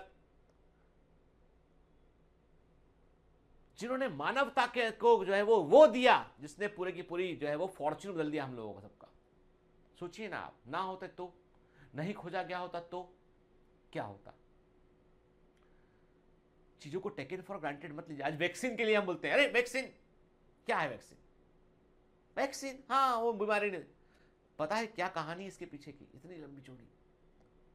तो कई इंपैक्ट ऐसे होते हैं बेटा, है ना। जिंदगी में याद रखिए कि हमेशा ये सोचिए कि आपका इंपैक्ट इतना तगड़ा होना चाहिए, आने वाली सदियां याद रखें, ठीक है। चलिए, अब वायरस के बारे में तो हम जानते हैं भैया, देखो ऐसा infection, viruses did not find a place in classification. Virus को वर्गीकरण में कोई स्थान नहीं मिला। They are not considered truly living, उनको हम ट्रूली लिविंग नहीं मानते हैं, क्योंकि उनके कई फीचर ऐसे हैं, उनमें सेल जैसा स्ट्रक्चर होता ही नहीं उनके अंदर के। They are non cellular organism, वे आकोशी जीव है, उनमें सेल के समान कुछ है ही नहीं, तो कहां रख दें, कैसे रख दें, उनको समझ में नहीं आता। लेकिन इससे उनका इंपैक्ट कम नहीं होता। बेटे कर बाबू रखो, चाहे माता रखो, हल्ला तो कोरोना वायरस का ही हो रहा है, ठीक है। इसका मतलब ये कि वो अपनी जगह ढूंढ लेगा वो, ठीक। चलिए, अब हम देख रहे हैं स्क्रीन पे हमें जो है वो दो वायरस दिखाई पड़ रहे हैं। एक तो है टोबैको मोजेक वायरस के, और दूसरा है बेटा बैक्टीरियोफेज के। पहला वायरस जो डिस्कवर किया गया था कि प्लांट में डिजीज करता है, उसका नाम था टोबैको मोजेक वायरस, TMV, ठीक है। दूसरा वायरस आप देख रहे हो वो बैक्टीरियोफेज, जो कि बैक्टीरिया पर संक्रमण करता है, बैक्टीरिया पर अटैक करता है। बैक्टीरिया, याद रखिए, फेज का मतलब होता है वो वायरस के, फेग का मतलब होता है भोजी या ईटर, ठीक है। फेग मतलब होता है ईटर, खाने वाला, बैक्टीरियोफेज के। बैक्टीरियोफेज बैक्टीरिया पर अटैक करते हैं, फाइटोफेग प्लांट पर अटैक करते हैं, जूफेग एनिमल पर अटैक करते हैं, माइकोफेग फंजाई पर अटैक करते हैं, फाइकोफेग एल्गी पर अटैक करते हैं। क्लियर। तो ये जो इमेज है बेटा, इसका इमेज इंपॉर्टेंट है, याद रखना बेटा, है ना, ठीक है। हम वेक्टर इफेक्ट पे आगे बात करेंगे, इसका इमेज इंपॉर्टेंट है। दोनों दो इमेज देखें, दोनों इमेज इंपॉर्टेंट है, एग्जाम में लेवलिंग के लिए बेटा पूछा गया है ना। ऑलरेडी वेक्टर इफेक्ट का इमेज तो लेवलिंग के लिए आ चुका है, ठीक। Once they infect a cell, they take over the machinery of the host cell to replicate themselves, killing the host. देखिए लिखा ना, मैंने आपको बताया था, एक बार ये सेल में इन्फेक्ट करेंगे तो ये होस्ट सेल की मशीनरी पे कब्जा कर लेंगे, अपने आप को रेप्लिकेट करेंगे और होस्ट को मार के बाहर निकलेंगे। अब आपके दिमाग में क्वेश्चन अभी भी उठ रहा है कि वायरस लिविंग है कि नॉन लिविंग है। देखिए अब पहले तो हम देखते हैं, अब हम थोड़ा एनसीईआरटी से बाहर निकलते हैं और वायरस के ऊपर बात करते हैं कि वायरस को हम डिफाइन करेंगे तो किन कैरेक्टर के बारे में हमको मालूम होना चाहिए। वायरसेस आर नॉन सेलुलर, ये कोशिका के समान स्ट्रक्चर नहीं होते, they are not cellular structure, ठीक है, सेल के समान होते हैं। दे आर सब माइक्रोस्कोपिक, आप इनको नॉर्मल माइक्रोस्कोप से नहीं देख सकते हैं, आपको देखने के लिए इलेक्ट्रॉन माइक्रोस्कोप का इस्तेमाल करना पड़ेगा। दे आर ऑब्लिगेट पैरासिटिक इंटाइटिस, ये केवल और केवल लिविंग होस्ट के अंदर ही अपने आप को मल्टीप्लाई करते हैं, आप इनको लेबोरेटरी में आर्टिफिशियल कल्चर मीडियम में मल्टीप्लाई नहीं करवा सकते हैं। They always need a living host to multiply themselves, ये ऑब्लिगेट पैरासाइट होते हैं। दे आर न्यूक्लियोप्रोटीनस, ये न्यूक्लिक एसिड और प्रोटीन से बने होते हैं, अपने आप को रेप्लिकेट कर सकते हैं, अपनी ऐसी कॉपी तैयार कर सकते हैं। They are self replicating, they are present inside the living host cell, मतलब they are the intracellular parasite, they are the intracellular parasite के ये सेल के अंदर जाकर जो है वो अपने आप को मल्टीप्लाई करते हैं, they are the intracellular parasite, ठीक है, क्लियर। अब साइंस ऑफ वायरसेस की बात करें या स्टडी ऑफ वायरसेस को हम वायरोलॉजी कहते हैं, ठीक है। एक कंप्लीट वायरस पार्टिकल जो इन्फेक्शन देने के में सक्षम होता है, एक कंप्लीट वायरस पार्टिकल को हम विरियन कहते हैं। विरियन का मतलब होता है it's a complete virus particle, एक मैच्योर वायरस पार्टिकल को हम जो है विरियन कहते हैं, ठीक है। वायरुलेंट वायरस का होता है ऐसा वायरस जो कि इन्फेक्शन को फैलाता है, जो अटैक करता है और इन्फेक्शन को प्रोपेगेट करता है, उसे हम वायरुलेंट वायरस कहते हैं, ठीक है। अब जनरल प्रॉपर्टी मिल गई हमको वायरसेस की कि दे सब माइक्रोस्कोपी होते हैं। याद रखिए ये इतने छोटे होते हैं कि ये बैक्टीरिया प्रूफ फिल्टर से आर पार निकल सकते हैं, मतलब देयर आर सम।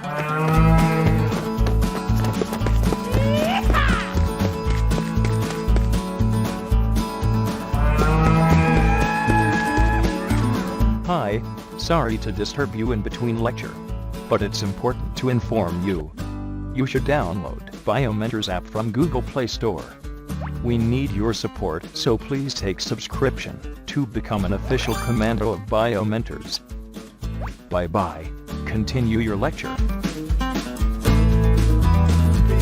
जिनका इस्तेमाल करने पर आप बैक्टीरिया को रोक सकते हैं। आपके कोई लिक्विड मीडियम में दी बैक्टीरिया, आपने बैक्टीरिया प्रूफ फिल्टर का इस्तेमाल किया तो जो छन के लिक्विड आएगा उसमें बैक्टीरिया नहीं रहेगा। तो बैक्टीरिया प्रूफ फिल्टर जो है उनसे भी वायरस बाहर निकल आते हैं, मतलब वायरस बैक्टीरिया से साइज में छोटे होते हैं, और ये होस्ट में कैरेक्टरिस्टिक सिम्टम प्रोड्यूस करते हैं। ये ऑब्लिगेट पैरासाइट होते हैं, ये टेम्परेचर और ह्यूमिडिटी को रिस्पॉन्ड करते हैं, मतलब मौसम बदलता है, ठंडी गर्मी का मौसम हुआ तो आप देखोगे जुकाम की संख्या बढ़ जाती है, जुकाम के लोगों का वायरस एक्टिव रहता है।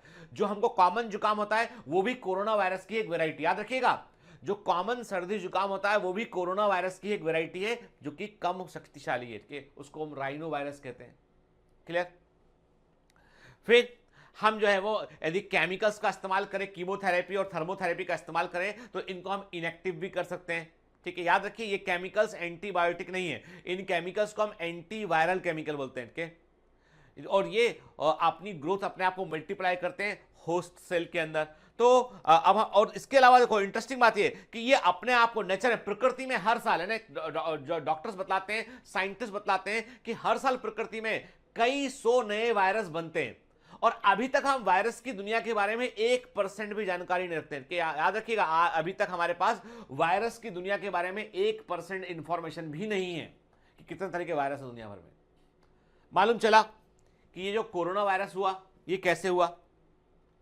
चाइनीज अधिकारियों ने पता लगाया कि कोरोना वायरस जो है नेचुरली एनिमल्स की बॉडी मिलता है, यानी जूनोटिक वायरस है। कि जूनोटिक वायरस वो वायरस होते हैं, जूनोटिक वायरस का मतलब ये होता है बेटा कि ये वो वायरस होते हैं जो नॉर्मली एनिमल बॉडी में होते हैं, लेकिन एनिमल से ये मनुष्य के अंदर आ सकते हैं।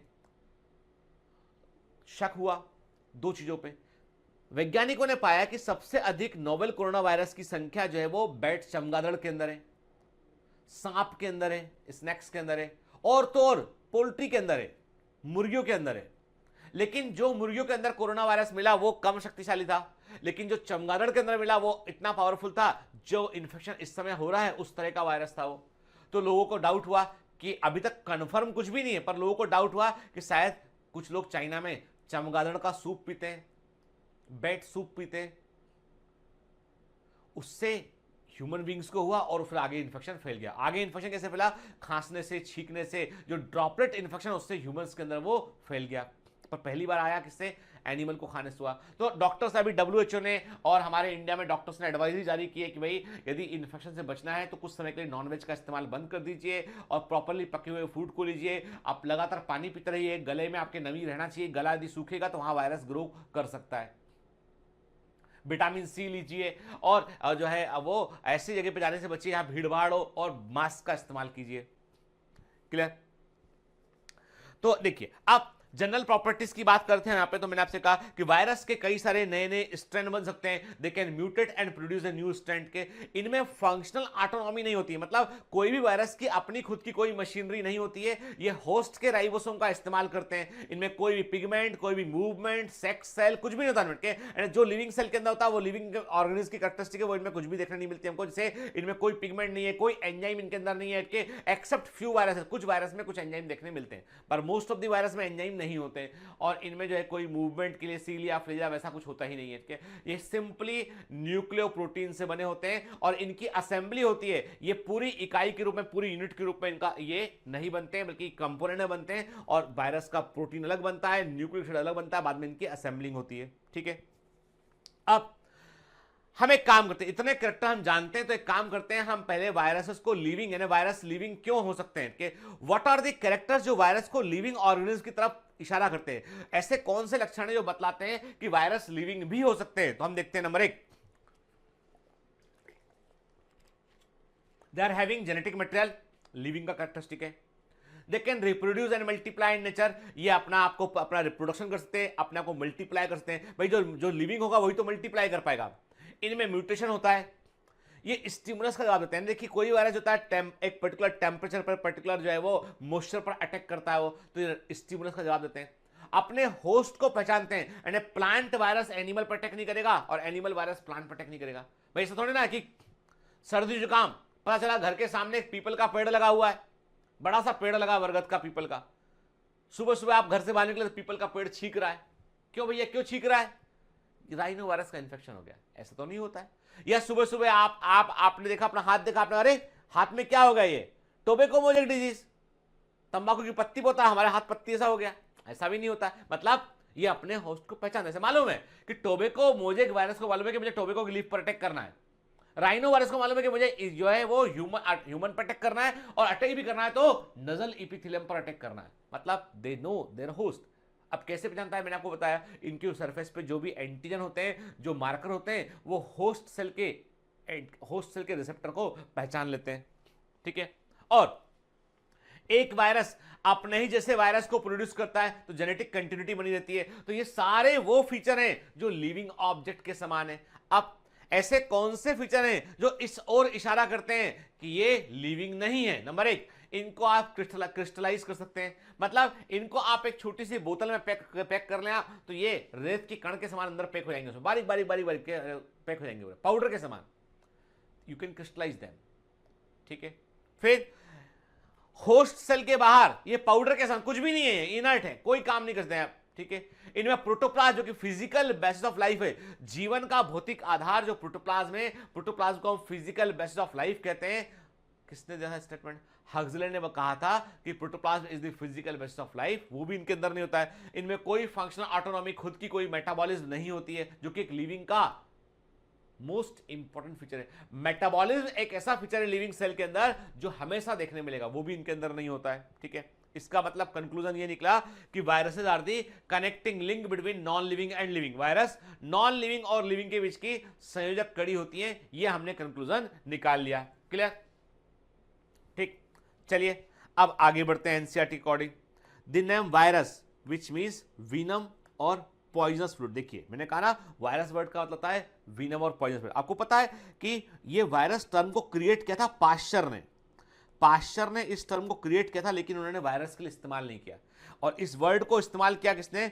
दिमित्री इवानोव्स्की ने इस वर्ड का इस्तेमाल करके ये टर्म याद रखिए। तो हु क्रिएट, देखो मैं आपको एक एक्स्ट्रा इन्फॉर्मेशन दे रहा हूं, एक्स्ट्रा इन्फॉर्मेशन बता रहा हूं कि वायरस वर्ड को क्रिएट किया था पाश्चर ने, ठीक है, लेकिन इस वर्ड का इस्तेमाल इन्होंने नहीं किया। इस वर्ड को, वायरस वर्ड को जो है पिकअप किया था दिमित्री इवानोव्स्की ने, और इन्होंने जो है वो वायरस की खोज भी की। और उन्होंने बताया कि कुछ ऐसे जो इन्होंने बताया कि certain microbe as causal organism of the mosaic disease of the tobacco, ठीक है, इन्होंने टोबैको मोज़ेक वायरस की खोज की। याद रखिएगा इवानोव्स्की वाज द साइंटिस्ट, इन्होंने टोबैको मोज़ेक वायरस की खोज की इन्होंने, और इन्होंने बताया कि जो कि देयर में भी सम ऑर्गेनिज्म, कुछ ऐसे क्रिएचर होते हैं जो बैक्टीरिया से छोटे होते हैं, और इन्होंने इसके लिए बैक्टीरिया प्रूफ फिल्टर का इस्तेमाल किया। और उन्होंने कहा कि जो बैक्टीरिया प्रूफ फिल्टर है उससे हमने इन्फेक्टेड टोबैको लीफ लिया। इन्होंने क्या किया?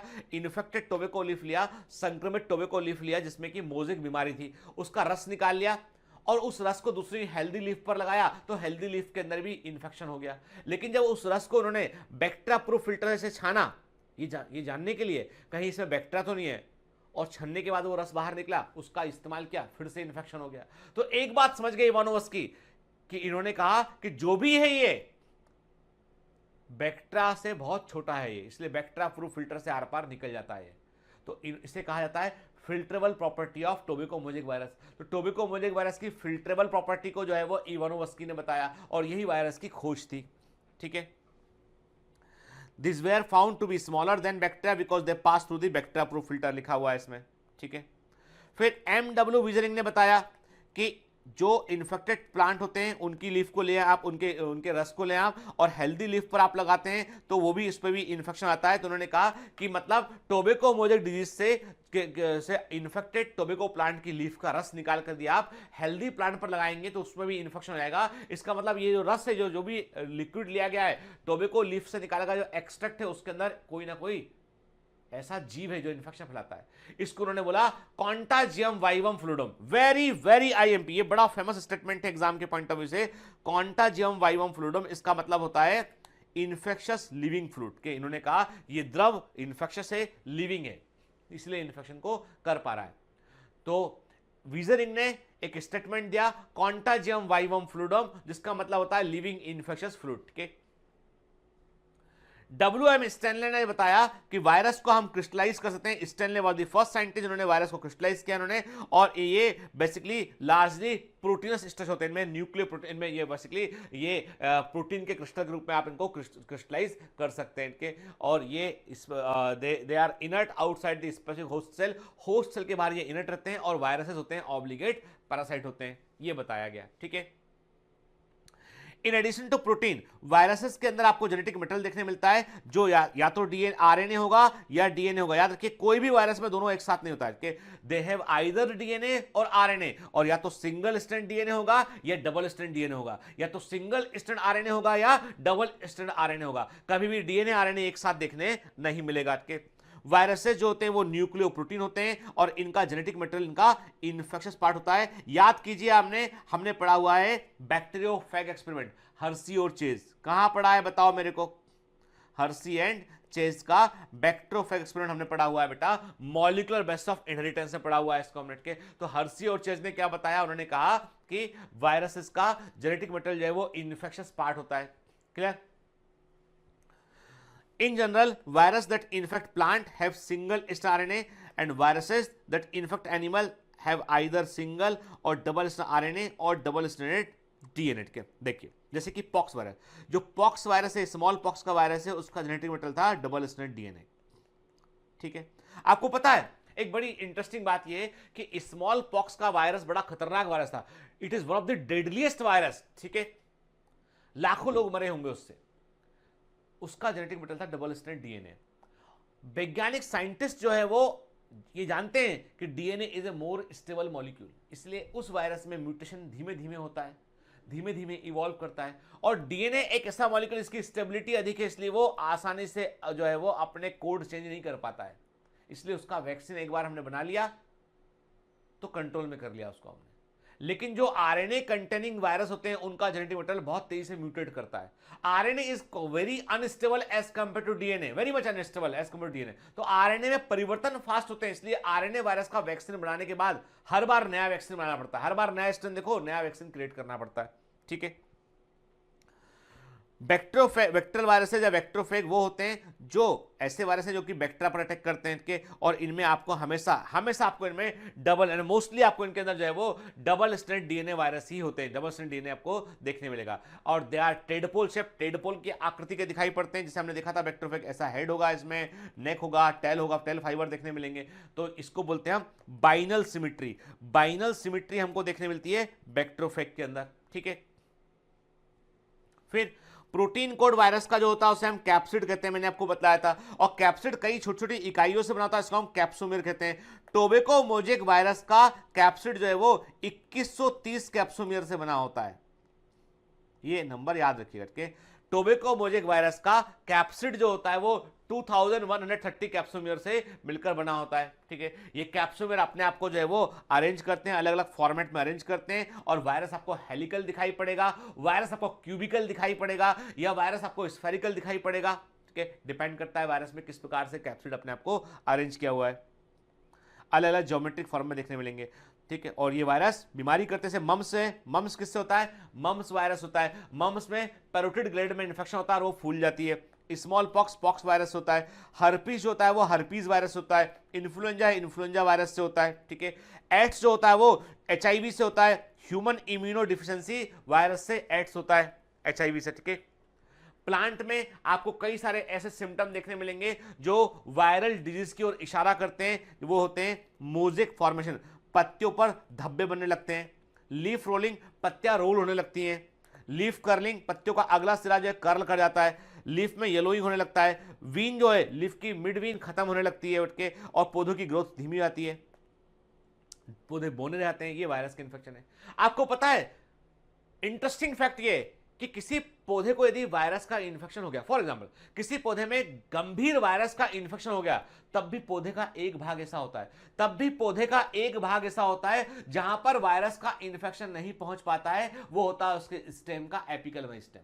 एपिकल मेरिस्टेम की सेल के डिवाइड करने का रेट इतना अधिक होता है कि वायरस वहां तक इन्फेक्शन पहुंचा ही नहीं पाता है। तो हमेशा यदि आपको कोई वायरस इन्फेक्टेड प्लांट से आपको हेल्दी प्लांट चाहिए तो उसका एपिकल मेरिस्टेम निकाल लीजिए और एपिकल मेरिस्टेम को लेबोरेटरी में कल्चर कर लीजिए उसके, और उससे आप जो है वो टिश्यू कल्चर से हेल्दी प्लांट को प्राप्त कर सकते हैं। क्योंकि जो प्लांट्स का एपिकल मेरिस्टेम होता है, तने का स्टेम का एपिकल मेरिस्टेम होता है, उसकी ग्रोथ रेट इतनी फास्ट होती है कि वायरस उसको रैपिडली मल्टीप्लाई करता हुआ वहां तक वायरस नहीं पहुंच पाता है। इसलिए एपिकल मेरिस्टेम की सेल को निकालकर आप हेल्दी प्लांट को पा सकते हैं। ठीक है, चलिए अब क्वेश्चन ये उठता है कि वायरस एक ऑब्लिगेट पैरासाइट है, अविकल्पी परजीवी है, तो वायरस में और दूसरे ऑब्लिगेट पैरासाइट में आपको क्या फर्क देखने मिलता है? भाई कुछ बैक्टीरिया वैसे हम जानते हैं देयर आर सम बैक्टीरिया जो ऑब्लिगेट पैरासाइट है, कुछ प्रोटोजोआ ऐसे हैं जो ऑब्लिगेट पैरासाइट है। फिर इनमें और वायरस में फर्क क्या है? फर्क ये है कि बाकी जैसे बैक्टीरिया हुआ, प्रोटोजोआ हुआ, उनके पास क्या होता है, उनके पास जो है वो डीएनए आरएनए दोनों सेल के अंदर देखने मिलता है। ठीक है, और वो अपने खुद के पास उनका सेलुलर अरेंजमेंट होता है, अपना खुद का कोशिकीय अरेंजमेंट होता है, और वो अपनी खुद की सेल की मशीनरी का इस्तेमाल करते हैं, जबकि ये तो होस्ट के राइबोसोम यूज करते हैं। तो इनमें वायरस में या तो डीएनए होगा या आरएनए होगा, दोनों एक साथ नहीं होगा, जो आपको दूसरे ऑब्लिगेट पैरासाइट में देखने मिलेगा। वायरस में होस्ट के राइबोसोम का इस्तेमाल करेगा, बाकी दूसरे क्या है वो अपने खुद के राइबोसोम का यूज करेंगे। फिर वायरसेस में असेंबलिंग होती है, लेकिन बैक्टीरिया पूरा एक साथ मल्टीप्लाई होकर बनता है। ठीक है, उसमें असेंबलिंग नहीं होती है। क्लियर?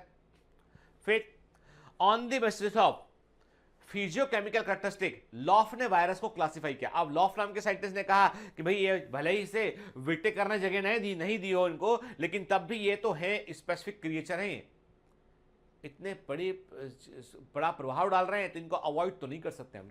तो लॉफ ने वायरस को क्लासिफाई किया उनके फिजियोकेमिकल कैरेक्टरिस्टिक के आधार पर, जैसे कि टाइप ऑफ न्यूक्लिक एसिड, कि डीएनए है कि आरएनए, डीएनए वाले डीएनए वायरस कहलाएंगे, आरएनए वाले आरएनए वायरस कहलाएंगे। ठीक है, डीएनए वाले वायरस को हम डीऑक्सी राइबो वायरा बोलेंगे और आरएनए वायरस को हम राइबो वायरा बोलेंगे। फिर सिमिट्री ऑफ कैप्सिड की वायरस की सिमिट्री कैसी है, वो क्यूबिकल वायरस है कि हेलिकल वायरस है कि बाइनल सिमिट्री वाला है, बाइनल मतलब टेडपोल के शेप का दिखने वाला है। वायरस में इनवेलप प्रेजेंट है कि एब्सेंट है, वो भी एक क्राइटेरिया है। और वायरस में कितने कैप्सोमियर है, ये भी एक क्राइटेरिया है। तो इस आधार पर फिजिकल और केमिकल कैरेक्टरिस्टिक के आधार पर वायरस को लॉफ ने क्लासिफाई किया। ठीक है, अब सारे के सारे वायरस को हम एक फाइलम में रखते हैं, फाइलम वायरा। अब ये फाइलम कहां रखें ये नहीं मालूम हमको भी। वैज्ञानिक कहते हैं कि भैया हमें नहीं मालूम कहां रखें इसको हम, लेकिन हमको इतना पता है कि ये है, अस्तित्व में है, ये इसको अवॉइड नहीं कर सकते हम के। तो फाइलम वायरा के दो सब फाइलम है, एक तो होते हैं डीऑक्सी वायरा जिसमें डीएनए कंटेनिंग वायरस आते हैं, दूसरे होता है सब फाइलम राइबो वायरस में आरएनए कंटेनिंग वायरस आते हैं।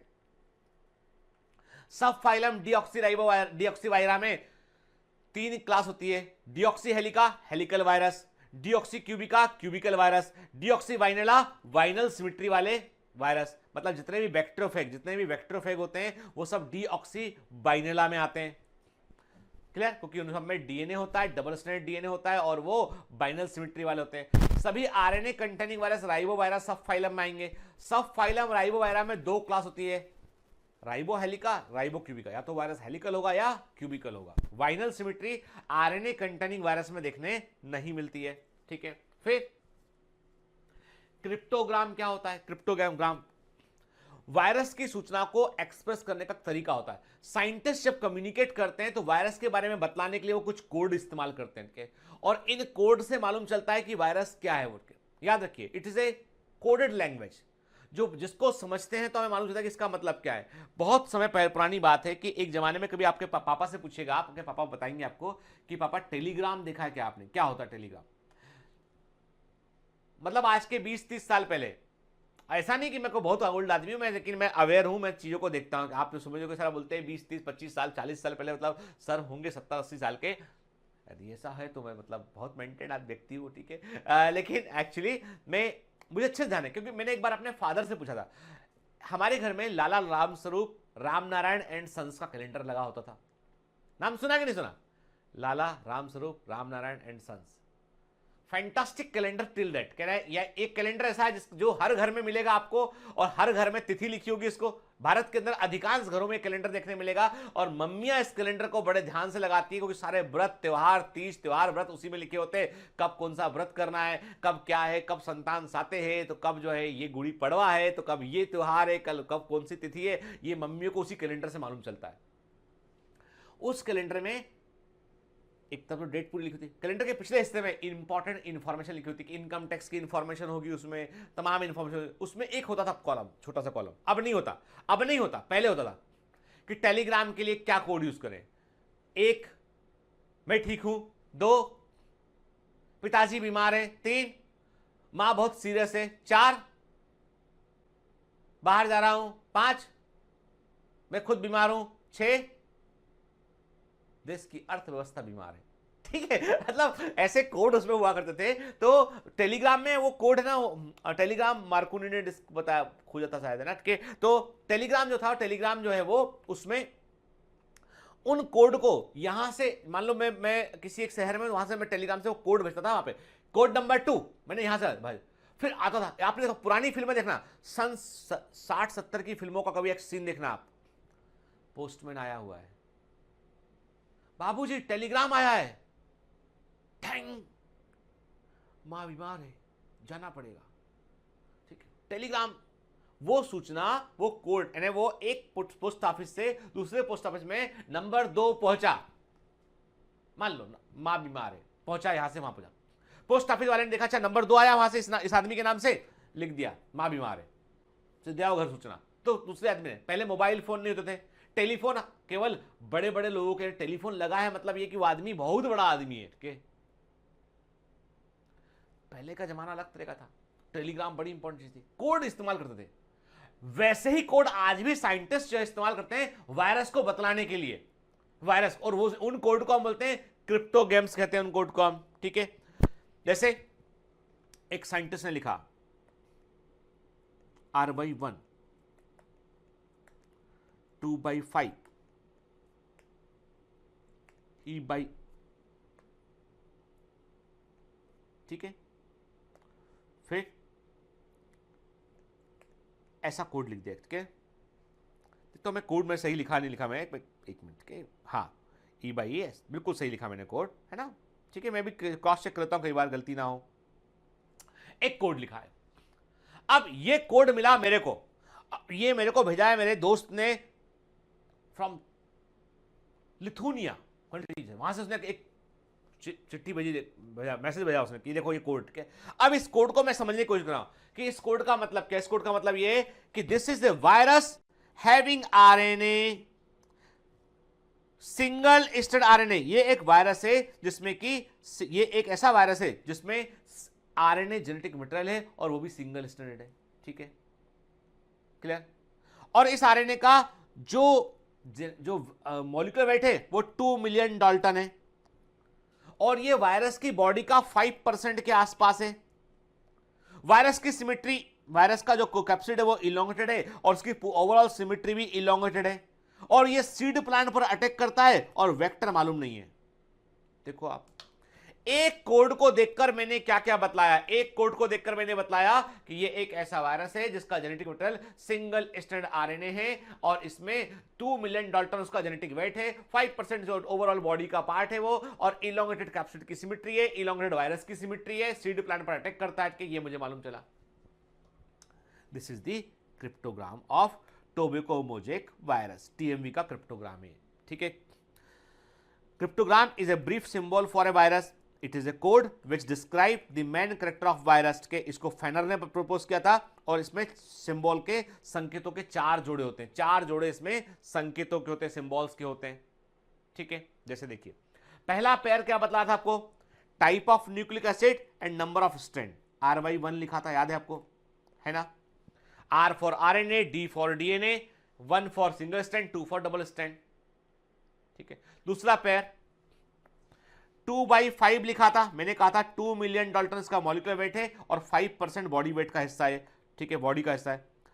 Molecular weight of nucleic acid in million Dalton and percentage of nucleic acid in virus के, मतलब ऊपर वाला फिगर बता रहा है कितना मॉलिक्यूलर वेट है उसका, नीचे बता रहा है कितना परसेंट ये है वो इस वायरस की बॉडी का या हिस्सा है, शरीर का हिस्सा है, ठीक है। तीसरा pair outline of virus particle, कैसा वायरस का सिमेट्री है, न्यूक्लिक एसिड का सिमेट्री क्या है, तो हमने लिखा था E/E for elongated, S for spherical, X for complex, और यदि मैंने लिखा है SE लिखा, E फॉर इनवेलप्ड, मतलब स्फेरिकल इनवेलप्ड, ठीक है। E नहीं लिखा है मतलब सिंपली स्फेरिकल है, इनवेलप्ड नहीं है उसमें, ठीक है। ये सिमेट्री की बात की हमने, ये हमने उसके शेप की बात की। थर्ड पेयर, फोर्थ पेयर क्या था इन्फॉर्मेशन का, काइंड ऑफ होस्ट, हमने क्या लिखा था, हमने लिखा था S/*, ठीक है।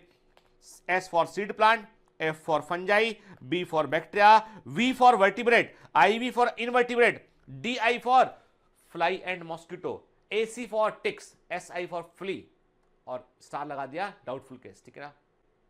मान लो कोई वायरस मच्छर से फैलता है तो हम क्या लिखेंगे, हम लिखेंगे वर्टिब्रेट पे अटैक करता है, ठीक है, और V/DI मतलब वर्टिब्रेट पे अटैक करता है और फ्लाई और मॉस्किटो से फैलता है, क्लियर है ना। तो ये इसका फोर्थ पेयर का हो गया। अब फिर से आ गए हम टोबैको मोज़ेक वायरस का क्रिप्टोग्राम देख रहे हैं यहाँ पे हम कि RY1 सिंगल स्ट्रैंड आरएनए इसके पास है, 2 मिलियन डाल्टन इसका मॉलिक्यूलर वेट है और पूरे कैप्सिड का 5% है वो, और वायरस की सिमेट्री इलोंगेटेड है, कैप्सिड की सिमेट्री इलोंगेटेड है, सीड प्लांट पर अटैक करता है, वेक्टर मालूम नहीं है, क्लियर। चलिए फिर cryptogram of 5174, why 5174 is important, क्योंकि 5174 के बारे में पहले भी पढ़ा हुआ हमने, इसमें सिंगल स्ट्रैंडेड डीएनए होता है, it is having the single stranded DNA, ठीक है ना, याद है आपको, चारगाफ रूल लागू, इस पे चारगाफ रूल लागू नहीं होता है। तो 5174 फैक्टर ऑफ 5174 पे सिंगल स्ट्रैंडेड डीएनए होता है। तो देखिए इसका क्या क्रिप्टोग्राम है, DY1 मतलब डीएनए है सिंगल स्ट्रैंडेड, 1.7 मिलियन इसका मॉलिक्यूलर वेट है और ये वायरस के शरीर का 27% है, स्फेरिकल जो है वो पूरा वायरस स्फेरिकल है, कैप्सिड भी इसका स्फेरिकल है, बैक्टीरिया पर अटैक करता है और वेक्टर मालूम नहीं है, क्लियर। फिर चलो अब वायरस की मॉर्फोलॉजी की बात कर लेते हैं। याद रखिएगा अभी हम जैसा एनसीईआरटी में लिखा वायरस है वो तो हम पढ़ेंगे ही पढ़ेंगे, लेकिन कुछ जनरल इंफॉर्मेशन है वो तो बेटा कवर करनी ही पड़ेगी, जब आपसे एमसीक्यू नहीं बनेंगे एग्जाम में, है ना, तो उसे कवर करने के लिए पढ़ना पड़ेगा उसको। तो वायरस का जो एवरेज साइज होता है वो 20 से लेके 300 नैनोमीटर होता है। सबसे छोटा वायरस होता है कॉलीफेक F2 जो 2 नैनोमीटर का होता है।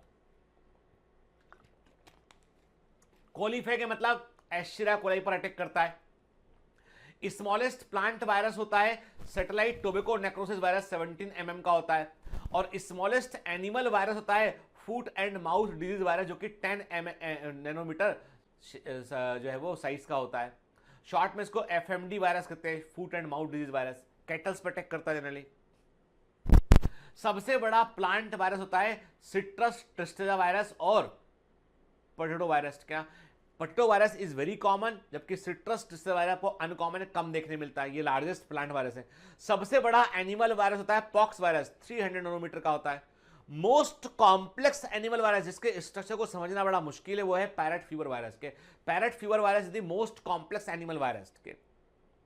एंड साइज ऑफ बैक्टीरियोफेज जो है जनरली 25 नैनोमीटर होता है। और टोबैको मोजेक वायरस का साइज याद रखिएगा, भूलिएगा नहीं, एग्जाम में पूछा गया है। What is the size of the tobacco mosaic virus? 300 × 17.5 nm nanometre. ठीक है ना, ये टोबैको मोजेक वायरस का साइज है। ठीक है, एस्चेरिया कोलाई पर अटैक करने वाले हैं ऐसे वायरस जो एस्चेरिया कोलाई बैक्टीरिया पर अटैक करते हैं, उनका कई बार अध्ययन किया गया। और याद होगा आपको कि जो हर्सी और चेज ने बैक्टीरियोफेग एक्सपेरिमेंट किया था वो भी कोलीफेग से किया था उन्होंने के। तो कोलीफेग वे वायरस होते हैं जो बैक्टीरिया पर अटैक करते हैं, एस्चेरिया कोलाई बैक्टीरिया पर अटैक करते हैं। ठीक है, वायरस का जो कैप्सिड होता है वो क्या काम करता है? वायरस का जो कैप्सिड होता है वो न्यूक्लिक एसिड को प्रोटेक्शन प्रोवाइड करता है। किसके न्यूक्लिक एसिड को? वायरस के खुद के न्यूक्लिक एसिड को प्रोटेक्शन प्रोवाइड करता है। फिर होस्ट सेल में न्यूक्लिक एसिड को इंटर करने में हेल्प करता है, क्योंकि ये यही तो कैप्सिड ही तो जुड़ेगा होस्ट सेल की सरफेस से, कैप्सिड जाकर जुड़ेगा और उसके बाद वहां पे जो है वो आप वहां पे पोर करके वो न्यूक्लिक एसिड को अंदर इंसर्ट करेगा के। और जो कैप्सिड होता है उसमें ही एंटीजेनिक प्रॉपर्टी होती है ना। हमारा इम्यून सिस्टम, याद ध्यान से बात सुना, हमारा इम्यून सिस्टम वायरस के डीएनए और आरएनए को नहीं पहचान पाता है। हमारा इम्यून सिस्टम जो है प्रोटीन को पहचान पाता है, क्योंकि प्रोटीन को पहचानने के लिए हमारा इम्यून सिस्टम ट्यून अप होता है। और जो एंटीजेनिक प्रॉपर्टी होती है वायरस की, जो कैरेक्टरिस्टिक सिम्टम जो देखने मिलते हैं हमको, वो वास्तव में किससे आते हैं? एंटीजेनिक रिएक्शन से आते हैं। और वो एंटीजेनिक प्रॉपर्टी किसमें होती है? कैप्सिड में होती है। हालांकि वायरस अपने आप को मल्टीप्लाई करता है न्यूक्लिक एसिड के थ्रू। ठीक है, तो इन्फेक्टिव पार्ट क्या होता है? न्यूक्लिक एसिड होता है। लेकिन एंटीजेनिक प्रॉपर्टी वाला पार्ट क्या होता है उसका? वो प्रोटीन होता है, कैप्सिड होता है। ठीक है, फिर वायरस का जो न्यूक्लिक एसिड होता है उसको हम वायरल जीनोम कहते हैं, जिसमें तमाम वायरस की जेनेटिक इंफॉर्मेशन सब इसके अंदर लिखी होती है। या तो डीएनए होगा या आरएनए होगा, ये सिंगल स्ट्रैंड होगा या डबल स्ट्रैंड होगा, ये लीनियर या सर्कुलर दोनों प्रकार का हो सकता है। याद रखिएगा, वायरस का न्यूक्लिक एसिड वायरस के पूरे स्ट्रक्चर का 1% से लेकर 50% तक हो सकता है। और it is the very very IMP, it is the infectious part of virus. ये वायरस का संक्रामक भाग होता है। क्लियर? ठीक है, अब कुछ वायरस है बेटा, उनके जेनेटिक मेटेरियल दिमाग में रखने पड़ेंगे हमको। के सबके नहीं याद कर, सबके रटने ही होती है। एक बार सुन लीजिए कि जो बता रहा हूं वो दिमाग में रखिए। देखिए, हेडिंग ना लेना इसको, देखिए आप क्लियर कर दो, आप स्क्रीनशॉट ले लेना है, बाद में नोट कर लेना, या अभी साथ में लिख लोगे तो अच्छा रहेगा। ठीक, बात के लिए कुछ छोड़ा ही मत करो बेटा, है ना। देखो, कुछ एनिमल वायरस का जेनेटिक मेटेरियल देखते हैं हम, जैसे डबल स्ट्रैंड डीएनए पोलियोमा वायरस में होता है, पोलियोमा वायरस में होता है, ह्यूमन एडिनो वायरस में होता है, पॉक्स वायरस IMP है, पॉक्स वायरस में डबल स्ट्रैंड डीएनए होता है, हर्पीज वायरस IMP है, डबल स्ट्रैंड डीएनए होता है, वैक्सीनिया वायरस IMP है, डबल स्ट्रैंड डीएनए होता है। पहली बार वैक्सीनिया वायरस से ही तैयार की गई थी, वैक्सीनिया वायरस से इन्फेक्टेड सेल से ही तैयार किया गया था वैक्सीन। ठीक है, फिर सिंगल स्ट्रैंड डीएनए पर्वो वायरस में होता है। देखो बेटा, ये एनिमल वायरस है, ठीक है ना।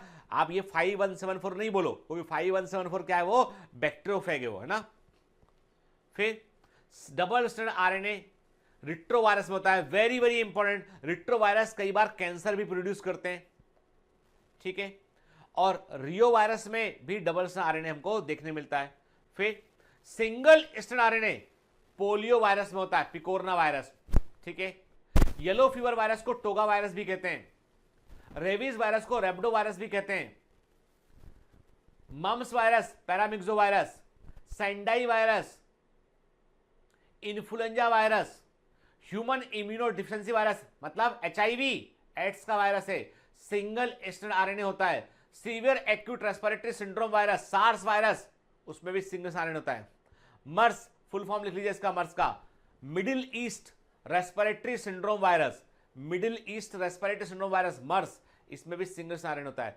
2019 nCoV novel corona virus single strand RNA होता है। निफा वायरस जो 2019 में जो है वो 1819 में जो है केरल में फैला था, निफा वायरस, इसमें भी सिंगल स्ट्रैंड आरएनए होता है।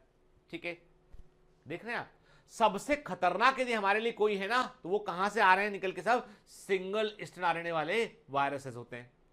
ठीक है, अब प्लांट वायरस की बात करते हैं, प्लांट प्रोटेक्ट करते हैं, तो प्लांट वायरस में सिंगल स्ट्रैंड आरएनए देखने मिलता है टीएमवी पे, टोबैको मोजेक वायरस में आईएमपी है, then tomato mosaic virus, potato virus X, papaya mosaic virus, potato virus Y, potato virus A, tobacco necrosis virus, satellite tobacco necrosis virus और wheat mosaic virus IMPA, rhabdo virus group. ये rabies के समान ही virus जो plant protect करता है, wheat mosaic virus के, तो ये इसमें सिंगल स्ट्रैंड आरएनए होता है। डबल स्ट्रैंड आरएनए कहां देखने मिलता है प्लांट वायरस में? Wound tumour virus, rice dwarf virus, Fiji disease virus, pangola strand virus, ये चारों बेटा एक लिख लीजिए, परंतु ये एग्जाम के पॉइंट ऑफ व्यू से इतना इंपॉर्टेंट नहीं है, कि पता होना चाहिए हमको। फिर double strand, this is very very important, double strand DNA किस प्लांट वायरस होता है? तो कॉलीफ्लावर मोजेक वायरस, इसका जेनेटिक इंजीनियरिंग में इस्तेमाल कर रहे हैं आजकल के, तो कॉलीफ्लावर मोजेक वायरस का इस्तेमाल हम जेनेटिक इंजीनियरिंग में भी कर रहे हैं इस समय, इसलिए ये इंपॉर्टेंट है के। तो कॉलीफ्लावर मोजेक वायरस कॉलीमो वायरस का आता है, इसमें डबल स्ट्रैंड डीएनए होता है। इसके अलावा डायलिया मोजेक वायरस और मिराबिलिस मोजेक वायरस में भी डबल स्ट्रैंड डीएनए होता है। Then single strand DNA gemini virus में होता है और गोल्डन वीन मोजेक वायरस में होता है, मेज स्टिक वायरस में होता है, ये प्लांट वायरस है। ठीक है, ये भी नोट कर लीजिए, परंतु इतना इंपॉर्टेंट ये नहीं है। फिर देन आते हैं बैक्टीरियोफेज पे। बैक्टीरियोफेज वे वायरस हैं जो बैक्टीरिया पर अटैक करते हैं, तो सिंगल स्ट्रैंड डीएनए किसमें होता है? 5174 सिंगल स्ट्रैंड डीएनए होता है। ठीक है, FD fag, M13 fag single strand DNA होता है। डबल स्ट्रैंड डीएनए होता है कॉलीफेग जो एस्चेरिया कोलाई पर अटैक करता है के, और लैम्डा फैग, ये है लैम्डा फैग के, लैम्डा फैग के, लैम्डा फैग में डबल स्ट्रैंड डीएनए होता है, लैम्डा फैग में डबल स्ट्रैंड डीएनए होता है। कॉलीफेग जिनको हम टी फैग बोलते हैं, उनमें भी डबल स्ट्रैंड डीएनए होता है। ठीक है, single strand RNA coliphage 52, R17 phage और क्यूबी फैग में सिंगल स्ट्रैंड आरएनए होता है, और डबल स्ट्रैंड आरएनए होता है 5-6 फैग में जो है डबल स्ट्रैंड आरएनए आपको देखने मिलता है। ठीक है, तो इसका और याद रखिए कुछ बड़े इंपॉर्टेंट, जैसे साइनोफेग, वे सभी वायरस जो साइनोबैक्टीरिया पे, जो ब्लू ग्रेन एल्गी है साइनोबैक्टीरिया पर अटैक करते हैं, उनको हम साइनोफेग कहते हैं। साइनोफेग वे वायरस हैं जो ब्लू ग्रेन एल्गी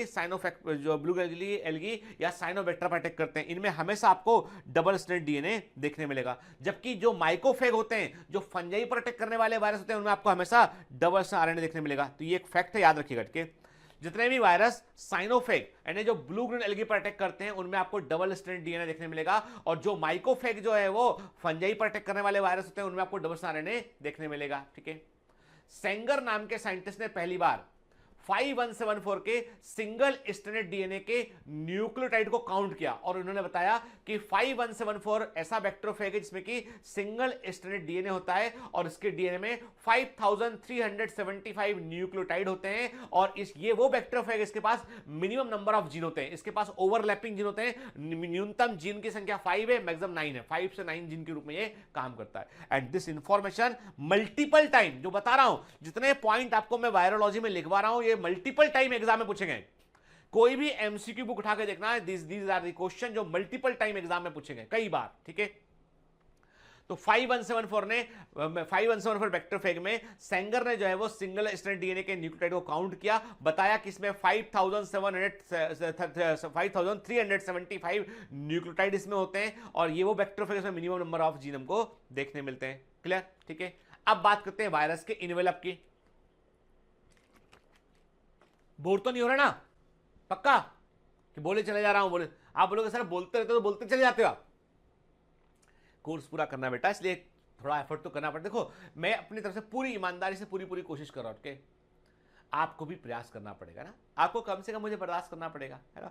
तो वायरल इन्वेलप की बात करते हैं, तो मैंने आपको पहले भी कहा था बेटा, तो तरीका तो मैं बता चुका कि वायरस में इन्वेलप कैसे आता है। और याद रखिएगा, आपको प्लांट वायरस ऐसे देखने नहीं मिलेंगे जिनमें आपको जनरली इन्वेलप मिलता हो, आपको मोस्टली एनिमल वायरस इन्वेलप वाले मिलते हैं। ठीक है, सम ऑफ द एनिमल वायरस, कुछ एनिमल वायरस ऐसे होते हैं जिनमें आपको एक लिपिड लाइपोप्रोटीन से बना इनवेलप देखने मिलता है और इसकी थिकनेस 100 से लेकर 180 एंगस्ट्रॉम होती है।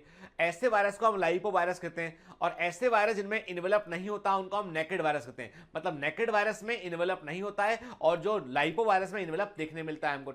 इनवेलप जो होता है वो चूंकि मेम्ब्रेनस कवरिंग होती है तो वो शेप कोई फिक्स शेप उसका होता नहीं है, प्लियोमॉर्फिक होता है, रिजिड शेप नहीं होता है। इनवेलप के ऊपर जो है ग्लाइकोप्रोटीन के बने उभार निकले होते हैं जिनको हम स्पाइक्स बोलते हैं या पेप्लोमर कहते हैं। ऑलरेडी बता चुका मैं आपको ये, ठीक है।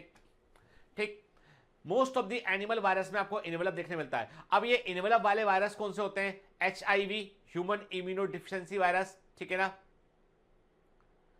ठीक है, influenza virus, herpes virus, measles virus, mumps virus, rabies virus, yellow fever virus, corona virus, ठीक है।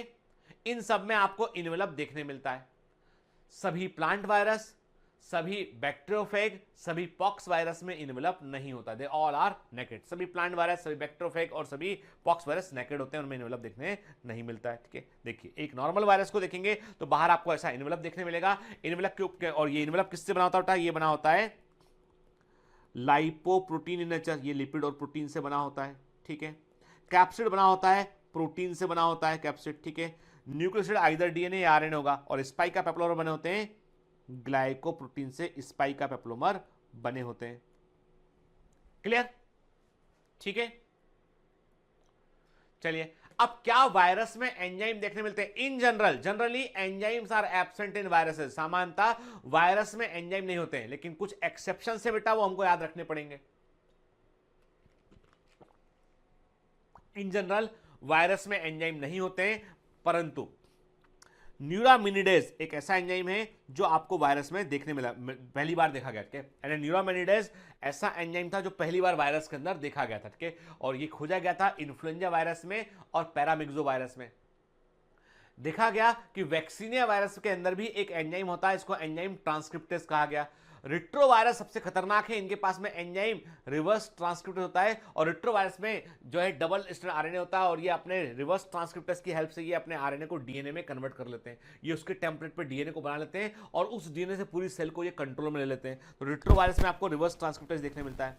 बैक्टीरियोफेज में जो है लाइसोजाइम नाम का आपको जो है वो एंजाइम देखने मिलता है जो बैक्टीरिया की सेल वॉल को डिसॉल्व करता है। लाइसोजाइम जो होता है बैक्टीरियोफेज के अंदर, लाइसोजाइम जो है वो एंजाइम होता है जो बैक्टीरिया की सेल वॉल को डिसॉल्व करता है ताकि बैक्टीरियोफेज जो है वो सेल पर इंफेक्शन दे सके, ठीक है। याद रखिएगा बैक्टीरियोफेज वायरस होते हैं जो बैक्टीरिया पर अटैक करते हैं, इनके पास लाइसोजाइम एंजाइम होता है जो बैक्टीरिया की सेल वॉल को डाइजेस्ट कर सकता है, ठीक है। अब बात करते हैं टोबैको मोजेक वायरस को, कि इसके बारे में जिक्र आया एनसीईआरटी में और ये बड़ा इंपॉर्टेंट वायरस है, इसके बारे में हमको मालूम होना चाहिए। टोबैको मोजेक वायरस को जो है पहली बार क्रिस्टलाइज रवे के रूप में क्रिस्टलाइज किसने किया था बेटा? स्टेनले ने क्रिस्टलाइज किया इसको। ये simple rod shape helical virus होते हैं और अभी पढ़ा है हमने कॉन्टाजियम वाइवम फ्लोडम की बात की थी, हमने इवानोवस्की के बारे में बात किया था हमने, ठीक है ना। और इसका जो शेप है वो है कि 3000 एंगस्ट्रॉम लॉन्ग होता है और 175 से लेकर 180 एंगस्ट्रॉम जो है वो डायमीटर होता है। 180 लिखा तो 175 से लेकर ये 180 एंगस्ट्रॉम डायमीटर का हो सकता है। इसमें सिंगल स्ट्रैंड RNA होता है 5%, प्रोटीन इसका 95% होता है। याद है ना, क्या याद है? क्रिप्टोग्राम, ठीक है। फ्रैंकलिन के अनुसार इसमें 2130 कैप्सोमेर होते हैं और हर एक कैप्सोमेर में 158 एमिनो एसिड होते हैं। मतलब टोबैको मोजेक वायरस का जो कैप्सिड होता है उसमें आपको 2130 के 2130 कैप्सोमेर देखने मिलते हैं। हर एक कैप्सोमेर में 158 एमिनो एसिड होते हैं, ठीक है। हर एक कैप्सोमेर का मॉलिक्यूलर वेट जो है वो 17,400 डाल्टन होता है। कैप्सोमेर अपने आप को हेलिकली अरेंज करते हैं और कैप्सिड को बनाते हैं, ठीक है। जो वायरस है वो एक रॉड के समान है, जो वायरस होता है टोबैको मोजेक वायरस जो है उनको एक हेलिकल रॉड के समान दिखाई पड़ता है और रॉड का जो बीच का खाली हिस्सा होता है उसका डायमीटर 40 एंगस्ट्रॉम के आसपास होता है। और जो single strand RNA tobacco mosaic virus में होता है वो 6400 न्यूक्लियोटाइड लंबा होता है। अब आप बोलोगे सर इतना भयंकर डिटेल क्यों बता रहे हो? आप कुछ मत करो, आप MCQ बुक उठा के देखो, इस तरह के क्वेश्चन पहले पूछे गए। इसलिए बेटा चूंकि टोबैको मोजेक वायरस का जिक्र दिया एनसीईआरटी में है तो हमें उसके बारे में कुछ चीजें एक्स्ट्रा स्टॉक के रूप में मालूम होना चाहिए ताकि कभी बाउंसर क्वेश्चन हो तो हम सॉल्व कर सके, ठीक है। देखिए this is the tobacco mosaic virus. तो आप देख रहे हैं कि आपको RNA दिखाई पड़ रहा है और RNA हेलिकल है और उसके चारों तरफ देखिए कैप्सोमेर अपने आपको अरेंज किए हुए हैं और पूरा का पूरा रॉड से वायरस बना हुआ है, ठीक है। Then come to the AIDS virus HIV की बात करते हैं हम के। देखो बेटा, पहली बार इस सिंड्रोम के बारे में जानकारी मिली थी हमको न्यूयॉर्क और कैलिफोर्निया में 1981 में। एड्स का फुल फॉर्म क्या होता है? Acquired immunodeficiency syndrome. It is a infectious disease caused by A virus. 1983 में लू मॉन्टेग्नियर ने फर्स्ट टाइम बताया था कि जो एड्स है उसका कारण एक वायरस है, और इन्होंने जो है एक रिट्रोवायरस फैमिली का एक वायरस आइसोलेट किया था जो है पश्चिमी अफ्रीका के एक पेशेंट से, और उसको उन्होंने कहा था LAV। तो LAV का मतलब था लिम्फेडिनोपैथी एसोसिएटेड वायरस के। इन्होंने कहा था कि इस वायरस के अटैक होने पर जो है लिम्फ नोड पर असर पड़ता है, इसलिए इम्यूनिटी डाउन हो जाती है। तो लू मॉन्टेग्नियर को ने जो है वो लू मॉन्टेग्नियर ने रिट्रोवायरस फैमिली का एक वायरस डिस्कवर किया, इसको LAV कहा गया, जो बाद में HIV बना, HIV के रूप में पहचाना गया। 1984 में रॉबर्ट गेलो ने जो है उन्होंने भी जो है वो एड्स के पेशेंट से रिट्रोवायरस को आइसोलेट किया, और जो human T cell lymphotrophic virus third कहलाया, HTLV थर्ड कहा गया। और असल बात ये थी कि LAV और HTLV थर्ड ऑलमोस्ट मिलते जुलते वायरस थे ये, ठीक है। 1986 में international committee on viral nomenclature ने इसको HIV नाम दिया, ह्यूमन इम्यूनोडेफिशिएंसी वायरस नाम दिया गया। एड्स वायरस को आज हम HIV कहते हैं, HIV वायरस कहते हैं, याद रखिएगा। ये T4 लिम्फोसाइट सेल पे, हेल्पर T4 लिम्फोसाइट सेल पर अटैक करता है। और एड्स के मेन लक्षण क्या होते हैं? और अभी जो है आपने पढ़ा होगा बेटा human health and disease chapter में जिक्र किया गया इसका। तो एड्स के मेन लक्षण क्या होता है? लिम्फोपेनिया, जो लिम्फोसाइट काउंट जो है बॉडी में घटने लगता है, क्योंकि ये जो है वो सेलुलर इम्यूनिटी को डाउन करते हैं। ये टी सेल की संख्या में कमी आने लगती है, और अब चूंकि एक इम्यूनिटी डाउन हो रही है, जो सेलुलर इम्यूनिटी होती है, जो सेल के माध्यम से होती है, वो डाउन होने लगती है। तो दूसरी इम्यूनिटी जो बीटा सेल से वो बढ़ने लग, जो हम कहते हैं ना कि दो तरह की इम्यूनिटी, एक होते हैं बीटा लिम्फोसाइट, एक होते हैं T lymphocyte. T lymphocyte cellular immunity के लिए रिस्पॉन्सिबल होते हैं, इनका नंबर कम होने लगता है।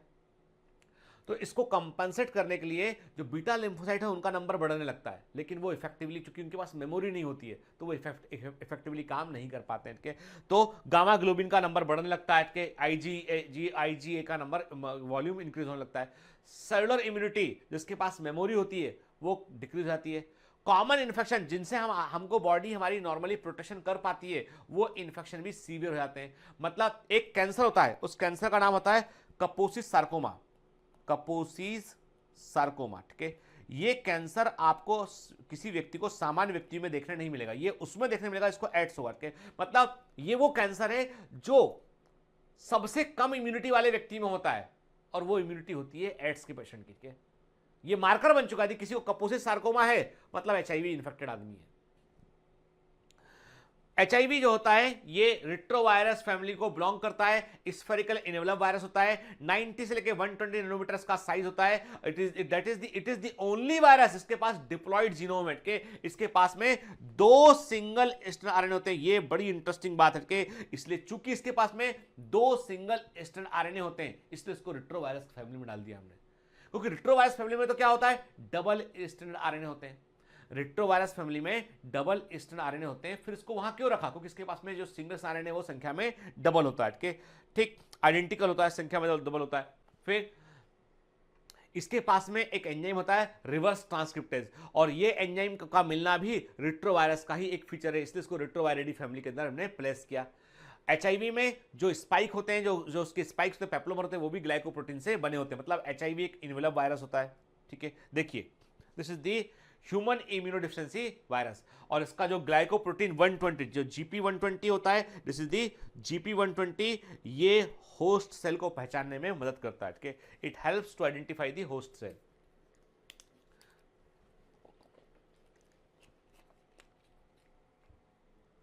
ठीक है। ये होस्ट सेल को पहचानने में हेल्प करता है। देखिए आप ना, सिंगल RNA संख्या में 2 दिखाई पड़ रहे हैं, बाहर इनवेलप है जो ग्लाइकोप्रोटीन से बना होता है, जो लाइपोप्रोटीन से बना होता है, स्पाइक है ग्लाइकोप्रोटीन से बने होते हैं, कैप्सिड, आउटर कैप्सिड में भी 2 लेयर होती है, एक आउटर सेल कंप्लीट होता है, एक इनर सेल जो है वो इनकम्प्लीट होता है, ठीक है। और रिवर्स ट्रांसक्रिप्टेज एंजाइम हमको देखने मिलता है, ये HIV है, ह्यूमन इम्यूनोडेफिशिएंसी वायरस, ठीक है। HIV को हम कैसे आइसोलेट कर सकते हैं? तो ब्लड सैंपल से, सीमेन से, सर्वाइकल फ्लूइड से, सेरिब्रोस्पाइनल फ्लूइड से, लंग्स से हम HIV को आइसोलेट कर सकते हैं।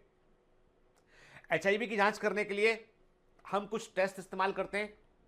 ब्लड टेस्ट है बेसिकली, तो सबसे पहले हम करते हैं एलिसा, एंजाइम लिंक्ड इम्यूनोसॉर्वेंट एसे, फुल फॉर्म इसका। एलिसा टेस्ट से हमको मालूम चलता है कि एचआईवी है या नहीं, के इसको स्क्रीनिंग टेस्ट बोलते हैं। यदि ये टेस्ट पॉजिटिव आएगा तो फिर अगला टेस्ट लगाते हैं हमके। इसके अलावा देखो स्क्रीनिंग टेस्ट में सबसे इंपॉर्टेंट आपको जो याद रखना है वो है एलिसट के। इसके अलावा 2 टेस्ट और भी होते हैं, फ्यूजिरेवियो एग्लूटिनेशन टेस्ट होता है और कारपास टेस्ट होता है, जो कम इस्तेमाल किए जाते हैं। ELISA is the most popular test. यदि एलिसा पॉजिटिव आएगा तो उसके बाद कन्फर्मेटरी टेस्ट लगाते हैं और उस कन्फर्मेटरी टेस्ट का नाम होता है वेस्टर्न ब्लॉट टेस्ट के। और यदि ये पॉजिटिव आया है तो 100% पेशेंट को एचआईवी इन्फेक्शन है के। अब आप बोलोगे सर पहले ही वेस्टर्न ब्लॉट टेस्ट क्यों नहीं लगा लेते हैं? क्योंकि बेटा महंगा टेस्ट है ना, तो पहले सस्ते वाले टेस्ट को लगा लेते हैं ताकि मालूम चले कि यदि वो पॉजिटिव आएगा तो अगले पैसा खर्च करने का मैं समझदारी है। ठीक है, कैसे फैलता है एचआईवी हम सब जानते हैं, कई बार सुना है हमने, कई बार हमने इसके बारे में पढ़ा हुआ है कि सेक्सुअल रिलेशनशिप जो है उससे फैलता है के, ब्लड ट्रांसफ्यूजन, एक का ब्लड दूसरे को चढ़ाया उससे फैलता है के। क्योंकि देखिए सेक्सुअल रिलेशनशिप से फैलना मतलब वेजाइनल फ्लूइड के अंदर भी ये होता है और सीमेन के अंदर भी एचआईवी हो सकता है। इसलिए जो है वो जो अनप्रोटेक्टेड सेक्स होता है उससे इसके फैलने के चांसेस कई गुना बढ़ जाते हैं। टिश्यू ट्रांसप्लांटेशन से फैल सकता है, एक का इन्फेक्टेड व्यक्ति का टिश्यू किसी और को लगा दिया।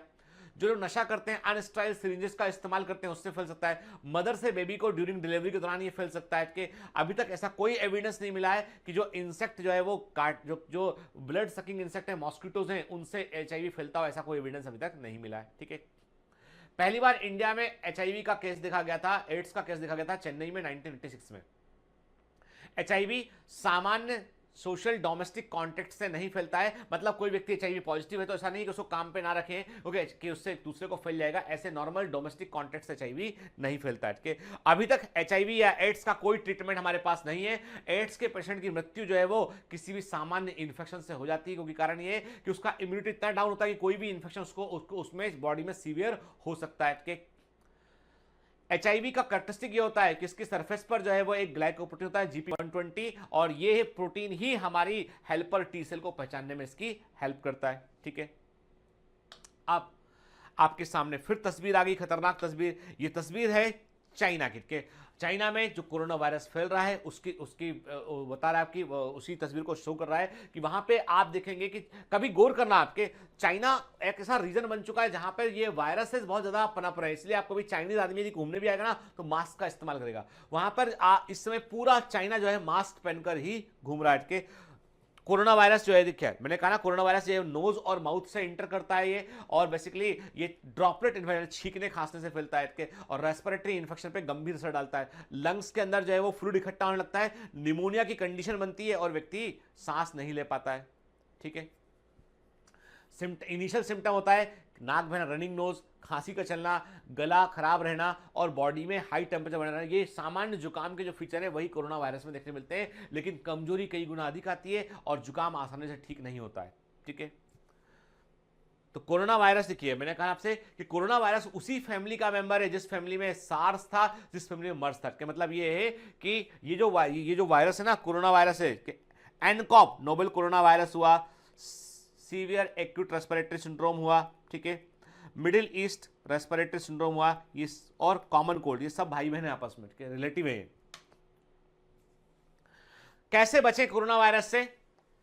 How to reduce the risk of corona virus infection. Number 1, जब भी मौका मिले आप अपने हाथ धोइए साबुन से, वाटर रख के। यदि आप सैनिटाइजर का इस्तेमाल करते हैं, अभी कहीं बाहर जा रहे हैं आप, तो सैनिटाइजर रखिए और रब करते रहिए, ताकि क्योंकि कहीं पे इन्फेक्टेड सरफेस पे पर किसी ने छींका हो और कोई जगह पर वो लगा हो वायरस, तो आपके बॉडी में, आपके हाथों में ना आ जाए आप सर। तो इसलिए पॉसिबल है तो ऐसे पब्लिक प्लेस, भीड़ वाली जगह पर जाने से बचिए। और दूसरी बात ये है कि अपने हैंड को प्रॉपरली वॉश कीजिए। दूसरा ये है कि अपने नोज और माउथ को कवर कीजिए, मास्क का इस्तेमाल कीजिए बाहर जाने के लिए, और स्पेशली जब छींकते या खांसते हैं तो भी जो है वो कपड़े का इस्तेमाल कीजिए। और ऐसे व्यक्तियों के संपर्क से बचें जिनको जुकाम चल रहा है, कुछ दिनों से जुकाम ठीक नहीं हुआ है, तो क्लोज कॉन्टैक्ट से बचने की कोशिश कीजिए। और प्रॉपरली पके हुए अंडे और मीट का सेवन कीजिए, हो सके तो कुछ दिन के लिए अवॉइड कीजिए इसको। ठीक है, और जो फार्म एनिमल है, जो एनिमल्स हैं, उनके संपर्क से थोड़ा सा अलर्ट रहिए। डोमेस्टिक एनिमल इसके लिए सेफ है, लेकिन तब भी क्लोज कॉन्टेक्ट से होता है। कई लोग क्या करते हैं कि उनका डॉगी आया और वो हाथ पे चाट रहा है, ठीक है, और आपने बिस्किट लेके खा लिया बाद में।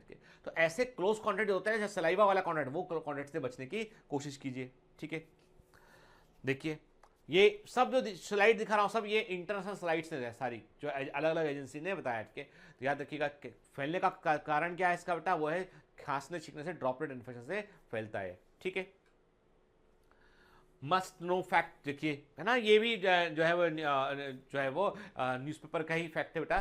तो swine flu, Ebola, rabies, anthrax, SARS, MERS, nCoV, Nipah और ये सब जूनोटिक डिजीज, तब एनिमल से जो है इंसानों में आने वाले ये वायरस है के one of the dangerous virus में से एक है नोवेल कोरोना वायरस। ठीक है, चलिए यहां पर हमने बात खत्म की वायरस के बारे में। अभी नेक्स्ट एक बायोलॉजिकल क्लासिफिकेशन में एक लेक्चर और बचा है, जिसमें हम बात करेंगे वायरॉइड्स के ऊपर, प्रियॉन्स के ऊपर, जो एनसीईआरटी में थोड़ा लाइकेन लिखा उसके ऊपर बात करेंगे हम, और हम वहां पर प्लांट और एनिमल वायरस की डिजीज के बारे में थोड़ा सा बात करेंगे, कौन सी बीमारी किससे होती है उस पर बात करेंगे हम। ठीक है ना, तो नेक्स्ट क्लास में हमारा बायोलॉजिकल क्लासिफिकेशन भी पूरा हो जाएगा। तो पढ़ते रहिए, मेहनत करते रहिए, ऑल द बेस्ट।